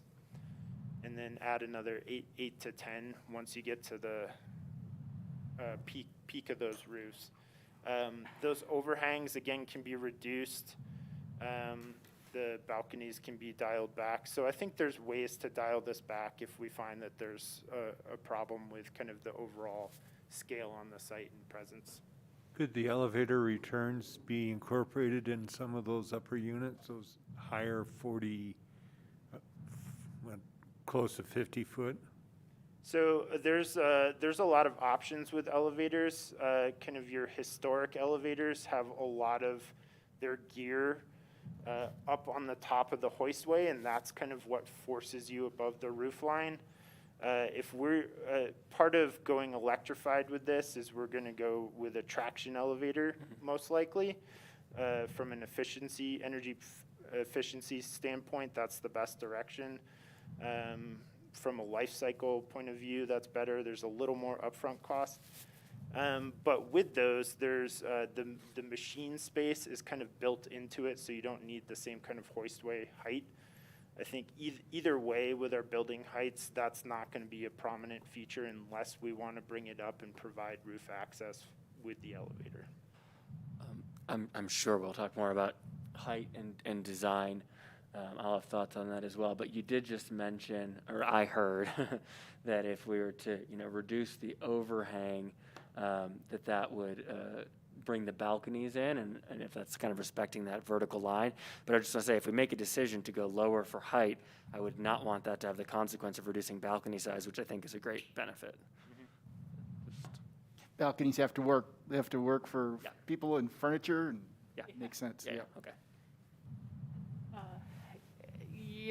This is just my impression, but I think this is too tall. I think it will read like 5 stories, and this is, again, just me, but I believe it needs to read like 4 stories. Okay. I don't know if others want to weigh in on that, or? Yeah, I mean, I'll jump in. So I ripped the Band-Aid off fast.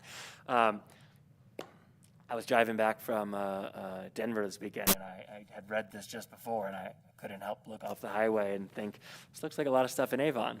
And I recognize how we got here, but from a design perspective, just the aesthetic, singular focus. I think there's a lot of room for improvement.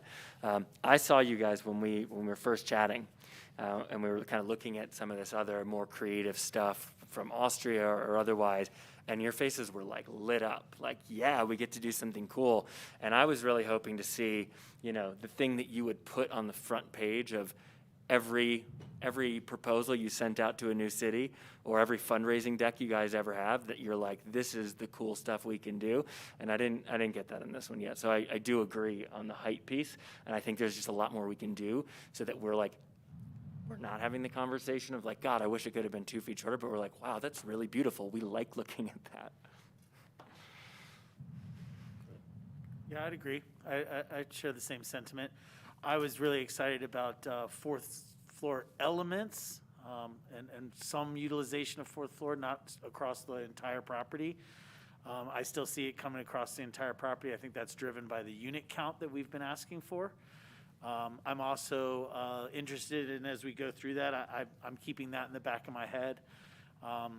As we left the last meeting, I couldn't help but wonder, again, are we just trying to do too much on the site? And then secondly, I wanted the opportunity to ask you guys about your input. And meetings like this are very difficult because you're taking directives from us. But I would like to know some of your input at some point, maybe not today, but choices that you might make if this was a project that you were in charge of and designing. And I know that's a difficult question to put forward to you because of the relationship that we have, but I'm always interested in what you bring to it. You've been so good at answering our questions, but I wonder what questions that you might have as well. So, but I agree with what's just been said here about when we look at this rendering and when it comes to heights. Yeah, and just to clarify too, I'm not personally suggesting I want to see less units or to deprogram a fourth story. What I am saying is we've looked at other examples that were 6 stories that didn't read that way and look great, and I don't want that either.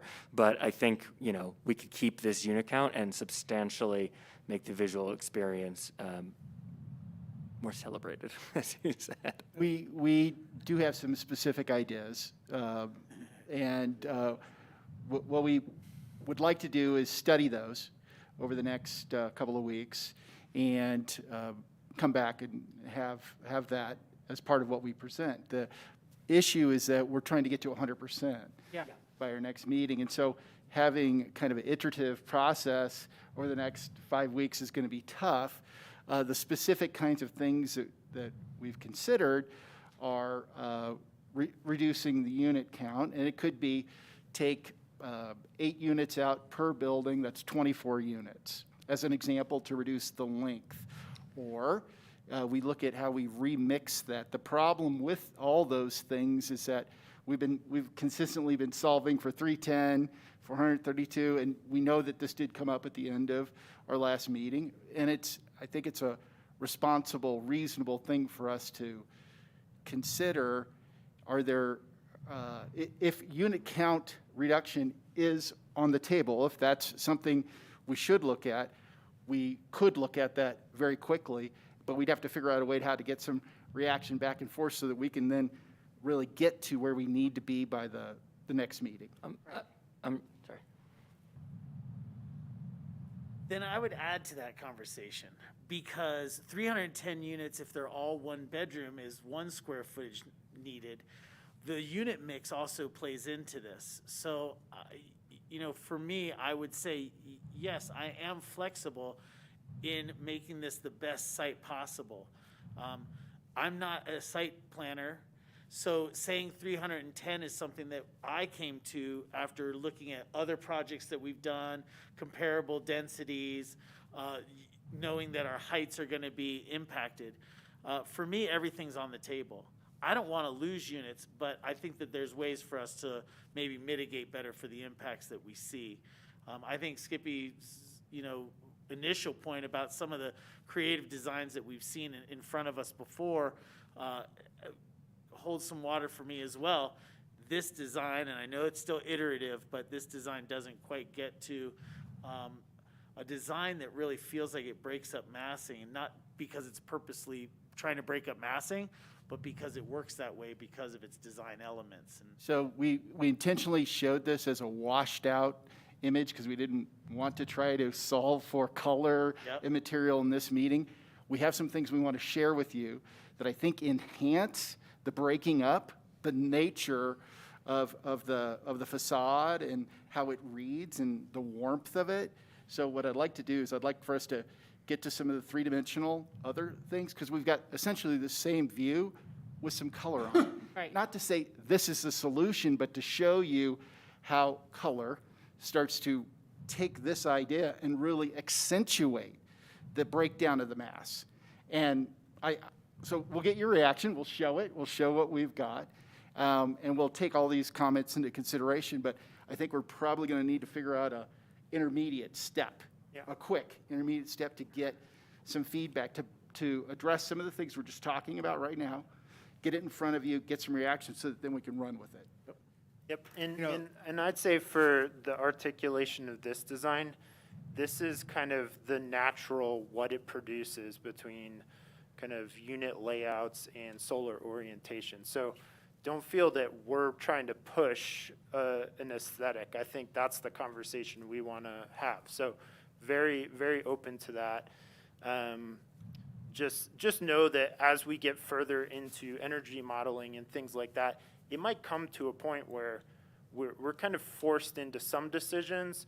Either it's kind of meeting that aesthetic, or maybe we have to find somewhere else to put PV on site. So it might be those carports might free up some options for us. So there's still a lot on the table.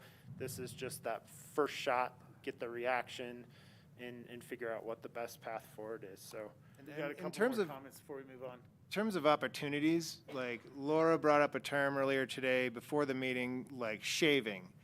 You know, the idea was, you know, shaving some, you know, size out of the buildings in numerous different ways. You know, I think you were talking about 9-foot ceiling heights, right? And potentially we could maybe bring down some ceiling heights. We probably don't want to go as all the way down to 8, but shaving down some there, shaving down some of the unit sizes we talked about, and even maybe going back to a few less 3 bedrooms. And then eventually, last resort might be shaving off some units from the corners and some other areas. So not so much like rash changes, but shaving to make the buildings more efficient in every dimension, right? Yeah. Thank you for that. I appreciate you having an eye on that. Ward and then Rachel. Yeah, I saw John had a comment. I'm Yeah, yeah. interested in I John. just really quick wanted to agree with everything that's being said. I would not be against losing a couple of units if we could break up the mass and scaling of it. That's all. And my thought was, through landscaping, if there's a way to decrease the visual impact, but I do agree that these look really tall. We're having a tough nut to crack for 4 stories, and I agree with my colleagues here that this impact, the height impact, is pretty high. And I'm putting different fenestration on it might make it look different. I'm sure it will. But I have those concerns. I just wondered if some landscape architecture can make this visual impact less. Yeah, okay. God, that reminds me of building the new Truscott edition, and no sooner than it was built, and everybody's like, can't you put up a bunch of trees and hide it? And, you know, they've gotten a little height, but it doesn't happen for quite a while. So, you know, if you have a big, tall tree, that you have to wait 5 years for the root ball to catch up, you know, before they actually grow any bigger. I am in the same boat as John has described it, and Tori. I don't want to lose units per se, but I also want to see this project successful in the community. And size is, you know, a major concern point for so many people. And it's one thing for us to have a wish list of how many units it would be, and a number of failed votes to actually see it go forward. I'd rather, you know, get something that we can present that won't have those negatives for people who are looking for negatives on it. And but I personally would see any loss of building being more about height than about the size of the buildings. You know, I think that's where where any reduction would be of more benefit. You know, and then it's just kind of a broader comment, but if the OPSHA, you know, has gone from guidelines to regulations on the people who have to live there and how they have to obey, I don't know why we would take their guidelines on size and then say, but we can shave some because we're the city. You know, you know, if we don't like the APSHA guidelines, let's talk about what size units should be. But otherwise, I'd like to stay with that guideline. I mean, otherwise, the next time a developer comes in and tells me, well, it's got to be a little 8, 10, 15% smaller than APSHA guidelines, how can I tell him no when I've said we allowed that for ourselves? That's allowable under the APSHA regulations. Yeah, there's for certain livability standards that you. But then why don't we just lower it right down? I mean, if we're always going to go to the lowest level you're able to go to, it just doesn't make sense to me. And you know, half of our units are so unlivable already because they were just way too small, and they were old hotel rooms. And some of the units Charlie just showed are actually quite a bit above the APSHA guidelines. Yeah, no, I and understand, I would ask but you were just talking about shaving and how we could shave below the APSHA guidelines, and I'm just saying that's not something that appeals to me. And I think in terms of shaving, we were talking about units and height, not necessarily floor space. Yeah.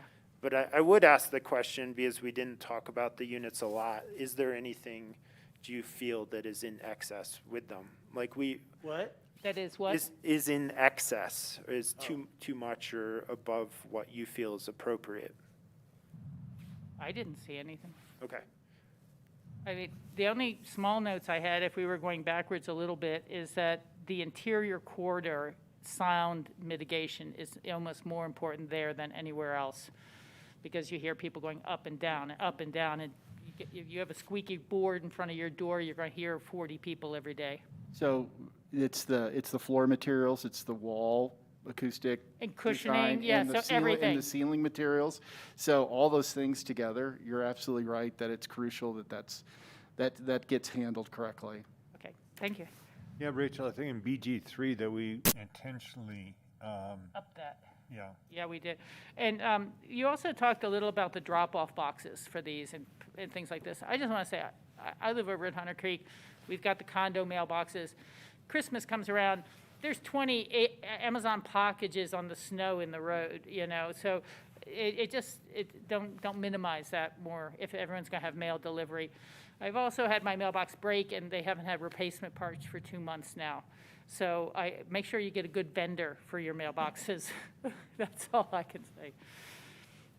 And so as we kind of move forward in discussions, I do have one more slide that's in addition to your packet, and that's starting to look at materials. So any specific kind of overall thoughts, specific thoughts on style, on massing, on materiality, that's the kind of conversation that's going to help us bring something really productive back next time as we try to further reduce height or give you some suggestions on reducing the scale. This slide is simply looking at some of the housing projects here in town and starting the discussion of what's appropriate at the Lumberyard. I'm not introducing any new materials, not saying we can't. These are things that are showing up on current projects and just some rough suggestions on how do you mix it up a little bit. Yeah. Not to suggest any one of these is how we'd proceed, just to start conversation. So we have the Snyder community, Burlingame Phase 1, Burlingame Phase 2,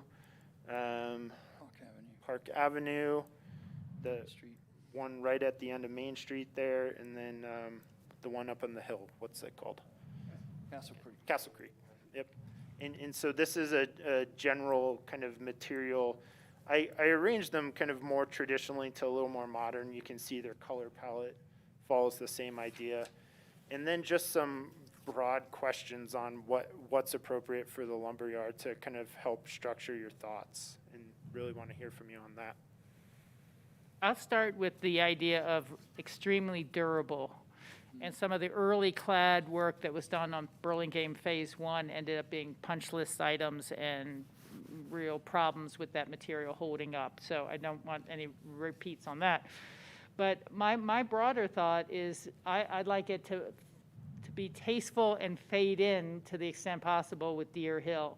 So I don't want anything that, deliberate to catch your eye and be flashy, but also maybe key off of some of the tones that they've used in the existing airport business center. So again, we don't look like Mr. Potato Head and just kind of stuck something on the end of it. Those would be my general color directions. That's great feedback. Yeah, I guess I'll jump in. I think, the more modern mixes tend to be more successful, and the primary reason for that in my mind is texture and materiality as opposed to just color. When it's just color, it tends to have that, like, you put like the little scent thing in the taxi cab effect where you're like, this smell is meant to cover up other smells. Yep. Instead of to have a purpose. So I think, really good differentiation of texture and materiality are important. In terms of kind of palette in that, in the examples that you guys provided previously, those ones that had like the, kind of that mix of like, mountain modern, right? It's very clearly in a mountain town, but it's obviously a modern construct. A lot of those really light woods and that kind of stuff. That stuff stood out to me as really elegant and beautiful. And I think would be a good direction here. I can't remember the one, but there was one in Austria in particular that just like really stood out as particularly nice. Calming to the eyes, enjoyable to look at, but also not, like the main event.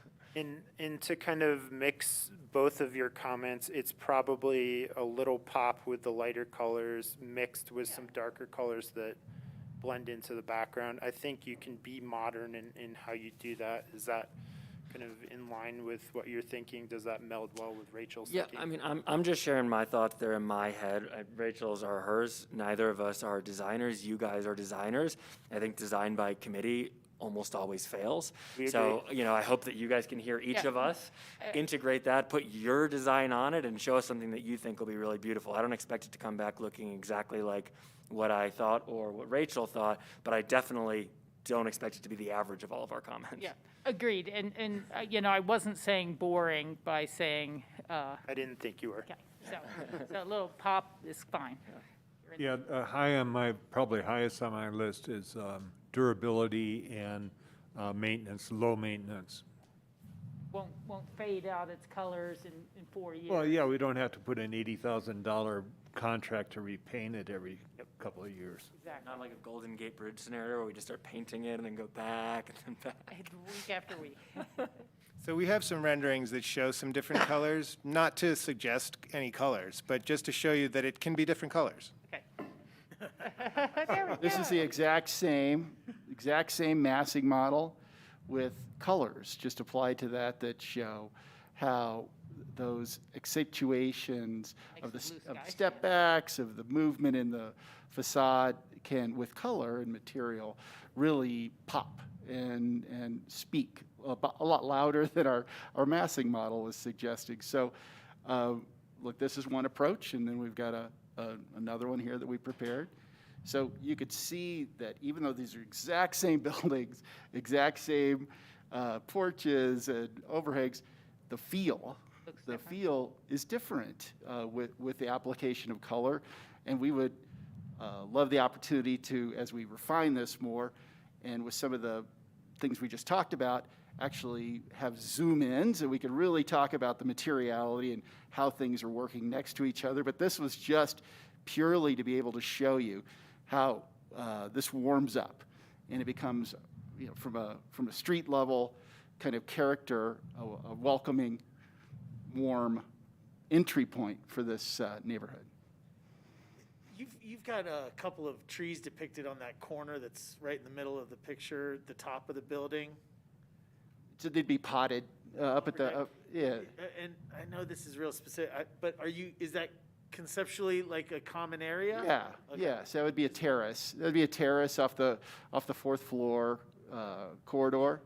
And so, yeah, I'll let you roll through this. So I'm going to roll through this, kind of step it up to this, just so you know where this is coming from. So red is 1 bedrooms, blue is 2 bedrooms, yellow is 3 bedrooms. And so this is kind of the first step, once we had a rough idea of our unit layouts, how they stack, and where our opportunities were to start carving away at that. So you'll see that kind of on the edges of buildings, we're trying to step it down. At the corners, we're trying to step it down, because that's how you first perceive buildings. Are we doing it enough? I think that's the discussion. Same thing. So just to orient you on site, building 1, building 2, building 3. Again, kind of stepping at those corners. This is where some of the modular stacking works in our advantage. This is with zero articulation what that produces. Just showing you how building faces step in and out. So no variation on roof. And we have 2 models going here. This will start to give you a sense of, hey, if we're standing or driving down the street, what's really the appearance of this? Give me a second here. Or if we're in a helicopter. Or if we're in a helicopter, yeah. My goal is to make you all dizzy today. Right. All right, everybody, spin your chairs. That's right. Yeah.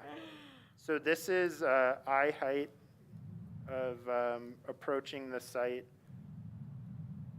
from the north. Let me get a little closer here. You can see a rough idea of the berm. What kind of car are we in? Yeah, exactly. Yada, I think. If we're down here? So our eye height above the surface, the program naturally goes to 5 feet. So this is about sitting in a car seat looking at this. Obviously, a truck would be a little higher. Yep. But it gives you an idea of what the berming and landscape, once mature, can do to help kind of reduce. That's mountain scale of rescue that you things. see right Yeah. there. Yeah, the only thing is, these all look deciduous, and in the winter, Yep. we need evergreens. Yeah, they're really just generic to give you an idea of scale at this point. Yeah. Well done. But this is mountain rescue here in the foreground. So the berming from a lot of angles is pretty successful in terms of how you perceive the site from the street. Let me move to the north here, just because this is one of the more exposed areas on site in terms of Highway 82, to give you an idea of how that looks. So again, this is at about 46 feet tall, just universally 46. If you have if you have 44 just in your kind of normal floor to floor, you need a little bit more just for parapets and how you do this roofing, and also to screen any mechanical equipment that's on the roof. So this gives you a general sense as you approach the site, the scale of a 4-story building. Not to say it's right or wrong, but just to give you an idea of how it feels on site. The other one we're trying to really specifically key in on is the view from Annie Mitchell, and trying to be sensitive to that. So again, this corner where you can see the depression for stormwater management.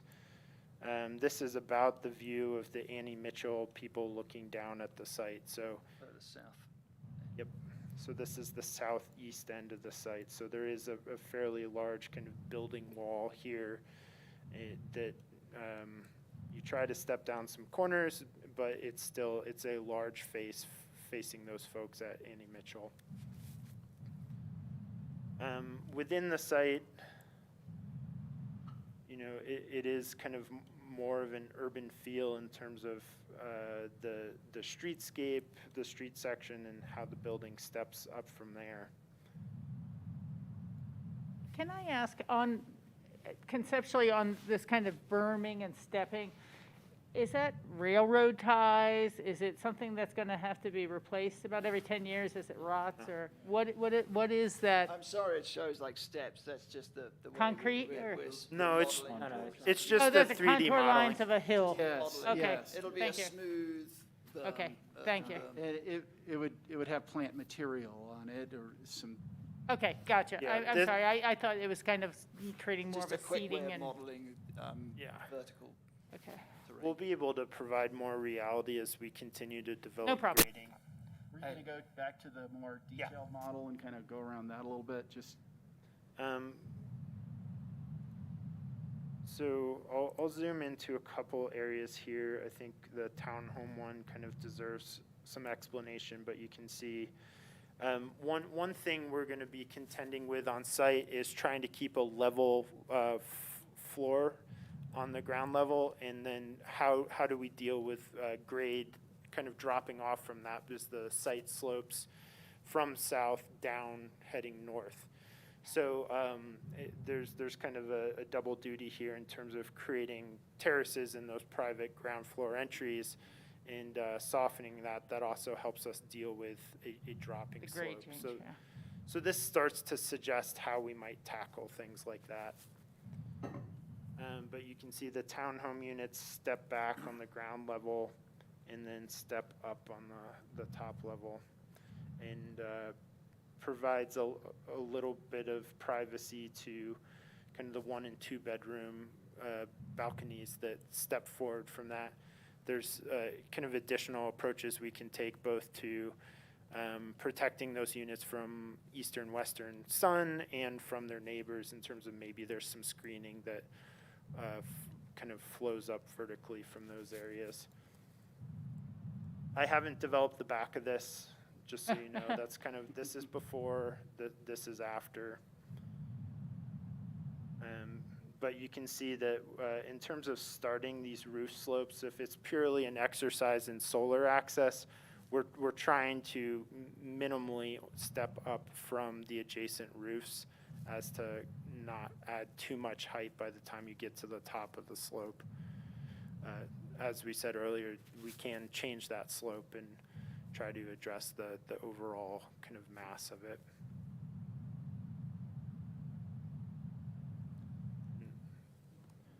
And then in some of the common areas, this is a stairwell, for instance, just an opportunity to bring light into the space, into the stairwell, and then kind of borrowed light into the corridor.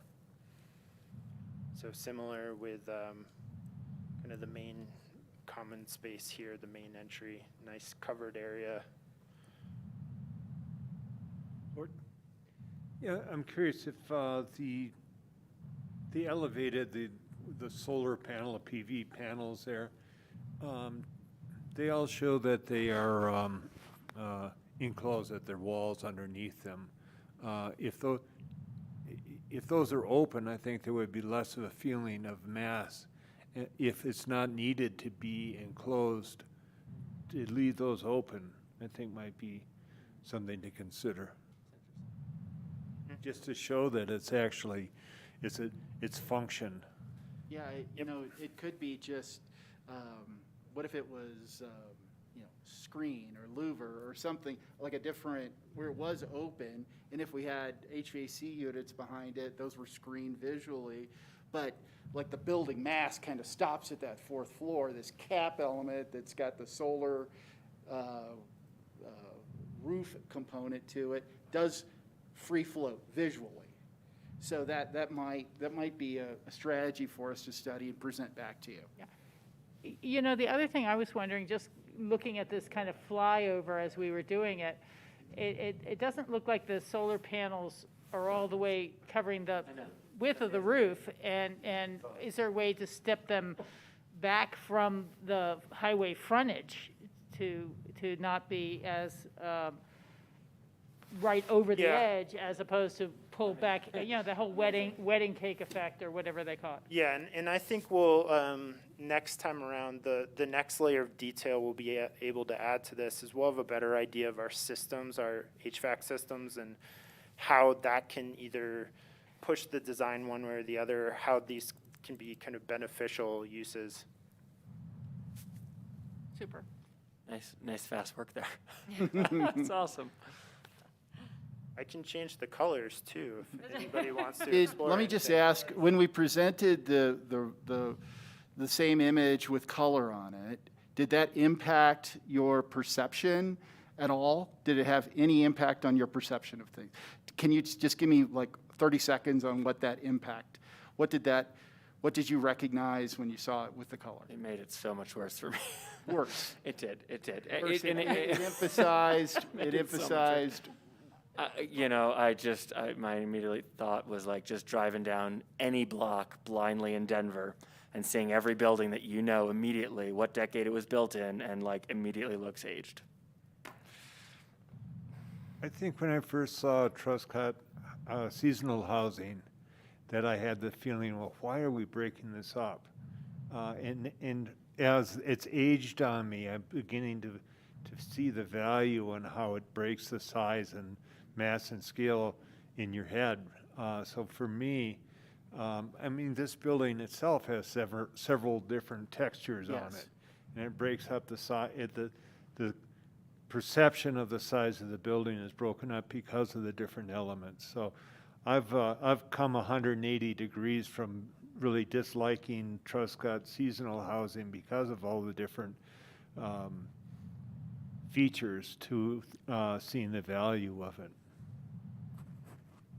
You know, for me, not quite as much as Skippy perhaps, but the colors in the long streaks just really jump out at you, and it does look like different building. You know, they decided to disguise it with colored panels effect, and I know during the open house there was one about vertical elements to break up mask or vertical, and I do go more with the vertical, but there was one that was more just maybe 3 color tones. It was a white and a black and something else, and it looked kind of graceful and elegant. And I'm not suggesting that for here, but when I see all the different colors, it looks like a rainbow fence down the line, and to me it looks bigger than smaller. okay. So. I didn't have much reaction. I thought that it was using color to hide mass, so I didn't, you know. My biggest thing going through this is the amount of times that I've sat on this side of the table looking at different renderings and such. I just don't really trust renderings that much. They never, but of course I'm normally seeing them from an outside applicant's point of view that is definitely maybe hiding and making things look favorable, but I'm not, I didn't have much reaction. Okay. I'll tell you, I so appreciate just while we're sitting here, taking those roof elements out while we're even sitting here and talking. So Oh, look at that. more than anything, I really appreciate that you guys have the same eye because we've shared enough with you. I don't know who it was that said it, but you know, we're hoping that you can hear from us and Definitely. then lend your expertise because we're not designers. And so I think you guys are doing a great job of listening, and I think you're doing a great job of presenting as well. Thank you. This was a cool exercise. I'm so glad Ward said that because it really does. I mean, at least for me, it makes an immediate difference. And it's less just about the negative space, which is important. But it's a building that's starting to like brag about what it is. Yeah, Like that's what I get from it. right? Like it's proud it's got solar, it's showing it off. It's not hiding what it is, it's showing what it is because it's proud of it. Yeah. Before you'd think, what is that, the 5th floor? But now you think, oh, those are the solar panels. Yeah, and that's a net zero house. And that's Well, cool.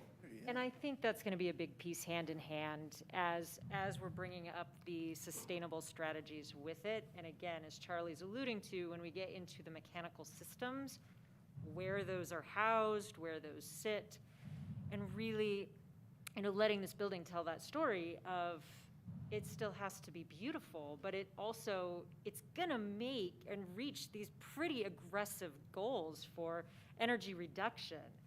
It's going to look different. And so as those pieces come together, it's going to significantly impact this. So, you know, again, I think in terms of the things we're discussing, what's very useful for us is beginning to get those priorities and, you know, understanding that when we go back and bring those pieces up together, what we push and what we pull. Well, what y'all said about celebrating, that was our initial thought about the direction we're proposing to you tonight, that there was an underlying celebration and recognition that this wasn't something hidden behind a parapet, They were trying to make the parapet tall enough to hide the solar panels behind them. We want it to be part of the DNA and the expression of it. So I do appreciate, too, that we're able to kind of have this dialogue. This really is a workshop, right? This is really kind of testing things and talking about things. So we got a lot of great feedback tonight. We'll be able to work on some of these specific things, and then we just have to figure out that method to quickly get back in front of you, whatever the right way is. Maybe it's a Zoom or something else, but some means for us to have a quick opportunity to get out, show it, get a reaction, and hopefully that is getting some traction for us to really start pushing. Yeah, and I think to that end, I think you said you might bring back a couple different options, and it'll look to you guys too. But like, I would love to see the, including the colors or materiality in that rendering of like, what do you think the best version for your design eyes of each of those renderings are? Because we recognize that our perception will change. So I'd rather see them as you see them, as like a finished, so we can be like, yeah, no, as opposed to the sort of blank canvas approach. Then John. Yeah, just 3 quick things. I just want to say I thought the added color did help me. I wasn't that crazy about any of those colors, but removing the walls changes this from a dated-looking structure to what Skippy said. And it's a huge improvement. I like the fact that the solar panels look like solar panels, and people will know what they are when they drive by. Hopefully they're not shining into anybody's eyes up on Brush Creek Village. And the last thing I wanted to say was I'm just really pleased with the comments I've heard from the team and from Chris about they know what we want, and they're working towards that goal. And, I think with some tweaks, we're going to get there. Thank you. Thanks. Guys, it's about 10 till 7. You have a little bit more in this presentation? Very little. That was kind of it. We just got a little wrap-up, a few Just wrap-up some closing slides. thoughts. Let's do that and then take some last comments if we can, if that gets you what you need. I don't want to shortchange this because this is hugely important, but we do want to move on. We have one more topic tonight. Great. Again, really appreciate the discussion, the clarity of the comments. And moving forward, again, we're still targeting coming back on March 21st. Our first big piece will be incorporating the comments from this discussion, the number of things we're going to continue to explore and evaluate on the design and aesthetic side. I think challenging, perhaps we didn't really get into the unit count, parking count discussion, but I think I heard that there is some flexibility for some shaving perhaps where we see the opportunity to better, or perhaps adjusting that matrix so that we've got that ability to kind of tighten this up a little bit if need be. Also, the things we're going to continue to move forward on is really getting that next level of detail as we begin to bring up the sustainable strategies, engineering on the both mechanical and electrical systems, as well as continuing on the civil, grading and storm drainage and all of those pieces. At the same time, the traffic impact analysis will be moving towards completion.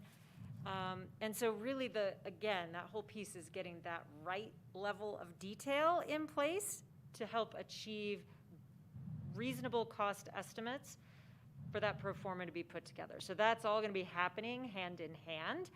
I like to tease, it's sort of like sliding into home together at the same time because we'll be working on the cost estimate while we're continuing to develop these pieces. So those are all the things that we'll be doing and bringing that back together. Now, again, I think we've got some pieces to continue to explore, and we may look at ways to get feedback from you prior to the 21st. And we can talk about that in a little bit, but I think that's what we'll be doing between then and the 21st. So I'm going to just sort of look at the rest of my teammates here and see what I left out. You nailed it. You guys are fried. I know. No. Again, they've just We could go really all night. trooped through this. We could all night. Not me. So that's what we're going to be working on between now and the 21st. That's where we're going. And I guess one comment would be if there is an avenue to get you additional character studies, that's something that doesn't need to take 5 weeks to get back to you for feedback if there is an appropriate venue to do that. I would, I'll work on that with the project team. Thank you. great. Any further direct questions before we bring it up to this table for 5 direct comments? Okay. Rachel? Yeah, no, we're almost done, at least by me. And these are just kind of small details, but it's more about what I've seen in other projects, and the roofs are going to end up getting a lot of work over time, over years, because people will be up there sometimes on a heavy snow year and feel like we need to get rid of snow, or that solar panel needs to be replaced, or things like that. So I just want to make sure we're designing it for work people and repair people to be able to get up there without damaging the roof structure and having problems, which I've seen before. And then the last is that I know you mentioned the bicycles and still working out how and what type of space.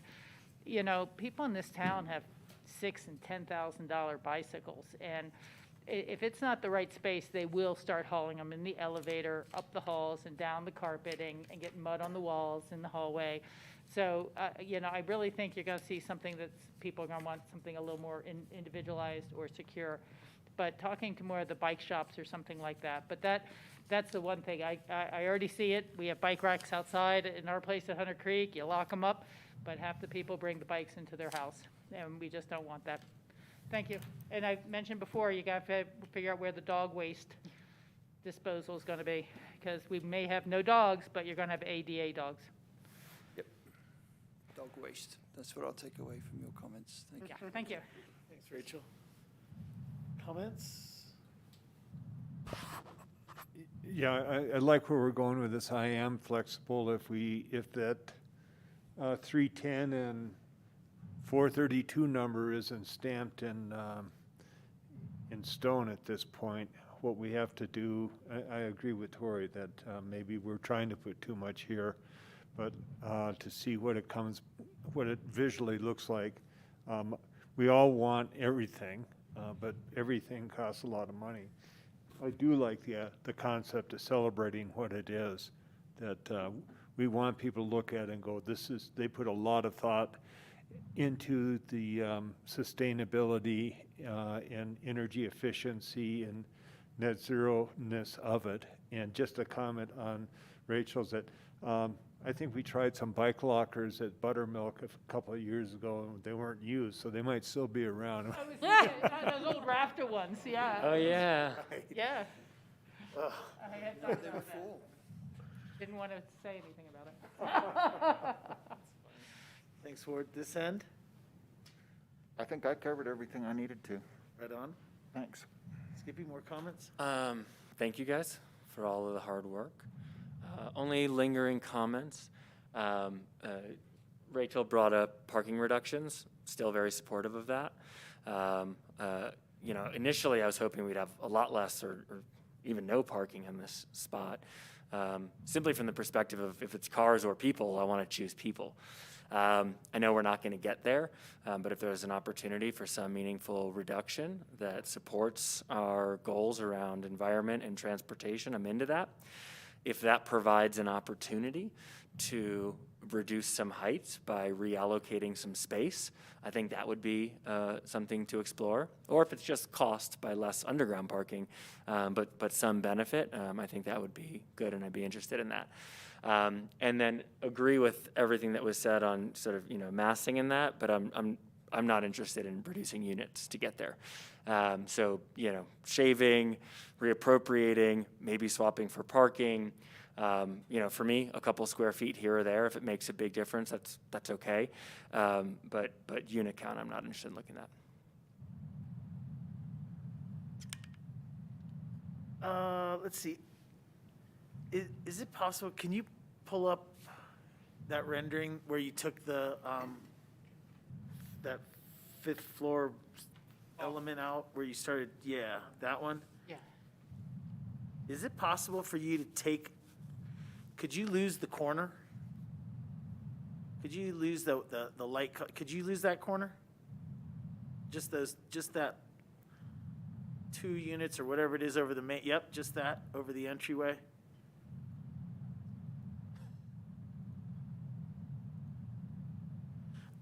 Thanks, I appreciate that. The reason I'm talking about that is because we were talking about the height, unit count, et cetera. If there were only 2 units on that shared corner, I'd be interested in breaking up the buildings. I could live with the height as you've rendered it here, if maybe the continual wall wasn't. So anyway, I'm just wondering about breaking up buildings, and since you were so quick on the draw, or the undraw last time, I just thought I'd just ask about that. But while you're working on that, I'll go through the rest of my comments so we can be done soon. I too am interested in reducing parking. The nod to 5 or 10% of the units is a good starting point for me. I was actually thinking even higher, but I don't know how to implement a program like that. Also, what we've been hearing, yes, that's great. Thank you so much for that. Yeah, there you go. What we've been hearing, as a matter of fact, and we got a request recently from some current affordable housing residents that are seeking to actually build more parking. It was such a bummer for me to hear that they want even more after expanding once and such. So I'm in a position here where I really want to see us try to make this reach our goals as much as possible. And some of that is to de-auto incentivize. But the feedback that we get from our surveys, from people that are in housing units, that's not the conversation that's happening, which is really, on many levels, depressing for me. I add that into the fact that on my last trips in and out of Aspen, I count traffic. It's not a fun game that I do, but I can honestly tell you 60% of the cars that I see coming in on commute or going out on commute are single occupant vehicles. And so I understand that, we're talking about more than just a program shift for one project, but really, a paradigm shift about how people are accustomed to using their automobile. But nonetheless, all that being said, I'm up for trying some reduced parking. I'm up for, if it's charging for additional spots, how that works. And obviously, I want to support car share in this location as much as possible. Again, I recognize that there's some inherent challenges with the way people behave, but this is one of the opportunities for us to really chart a course for the best community in the future. And sometimes that's hard to do, and people don't get it in the beginning, but it might be something that is an opportunity for us that we should not lose, because it may make a difference. And so I want to support what Rachel brought up and echo that. The 310 units, again, I'm not talking about taking away a lot of units, but I do want as much livability here as possible. If there's other ways to remaneuver some of the floor area space, then great, I want to go that direction. I definitely don't want to lose units just for the sake of volume. It's not that at all. When it comes to transit, you were presenting on transit earlier, and the one thing I didn't see in there was about talking to our partners at the county or even the EOTC. This project is, in its location, is on that county border. It does impact people that are in our entire county and truly our entire valley. So I think that maybe there's some conversations when we talk to transit planning that should include some of our other larger regional partners, and those are the county and the EOTC. And RAFTA. I mean, you're thinking BRT line. And RAFTA, yeah, how are we going to serve this? And I think, when we did Burlingame, we very much took the responsibility on ourselves and said, this is going to be transit-oriented, we're going to do this, we're going to do this. But without the buy-in of the greater community, we weren't as successful as we we want it to be. So maybe there's opportunity, and I just didn't see it mentioned in there. I have a note here about subgrade parking. I still want to minimize that. I saw that it's been reduced 40%. I'm still interested in more. The carports, solar on the carports was something that Rachel mentioned, and I totally agree with. I had a question about the leasing office, but then when I thought about it, as I recall, all the properties that we have do have on-site management offices and the like, so. For 310 units, I think it's, and there need to be maintenance and other kinds Yeah, of things, just so this can be a happy, healthy, long-term, sustainable neighborhood. I had another note about washers and dryers in every unit and wondering if that was something, if that was an appliance or a finish that the city should be doing, or if we should just be having the opportunity for people to hook up. Tub and shower, actually, I think you did address that in the 3-bedroom floor plan where you said that there would be opportunity for do a tub and a shower, not a tub in every bathroom. Right.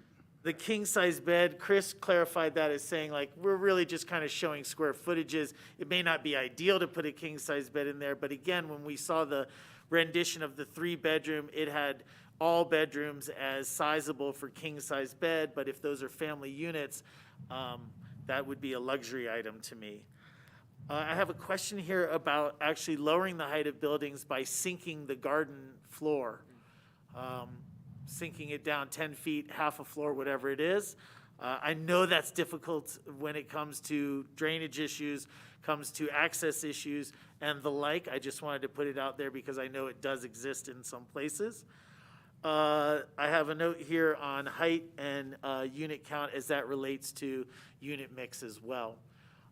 So when I looked back at the mix that you've proposed, though, it's very weighted on the 1 and 2 bedroom side. It's light on the 3-bedroom. There's probably not a whole bunch of room for efficiency there or economies there. So those are really the notes that I have. I just want to say once again, I really do appreciate the presentation that you guys are coming with.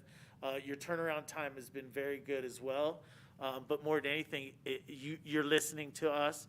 It almost feels, for the most part, that you're actually sharing in the same principles and values that we're trying to put in, and that's very important because I think that's where we'll get our best work out of this. So I really want to send my appreciation to the team, Chris, Sarah, Scott.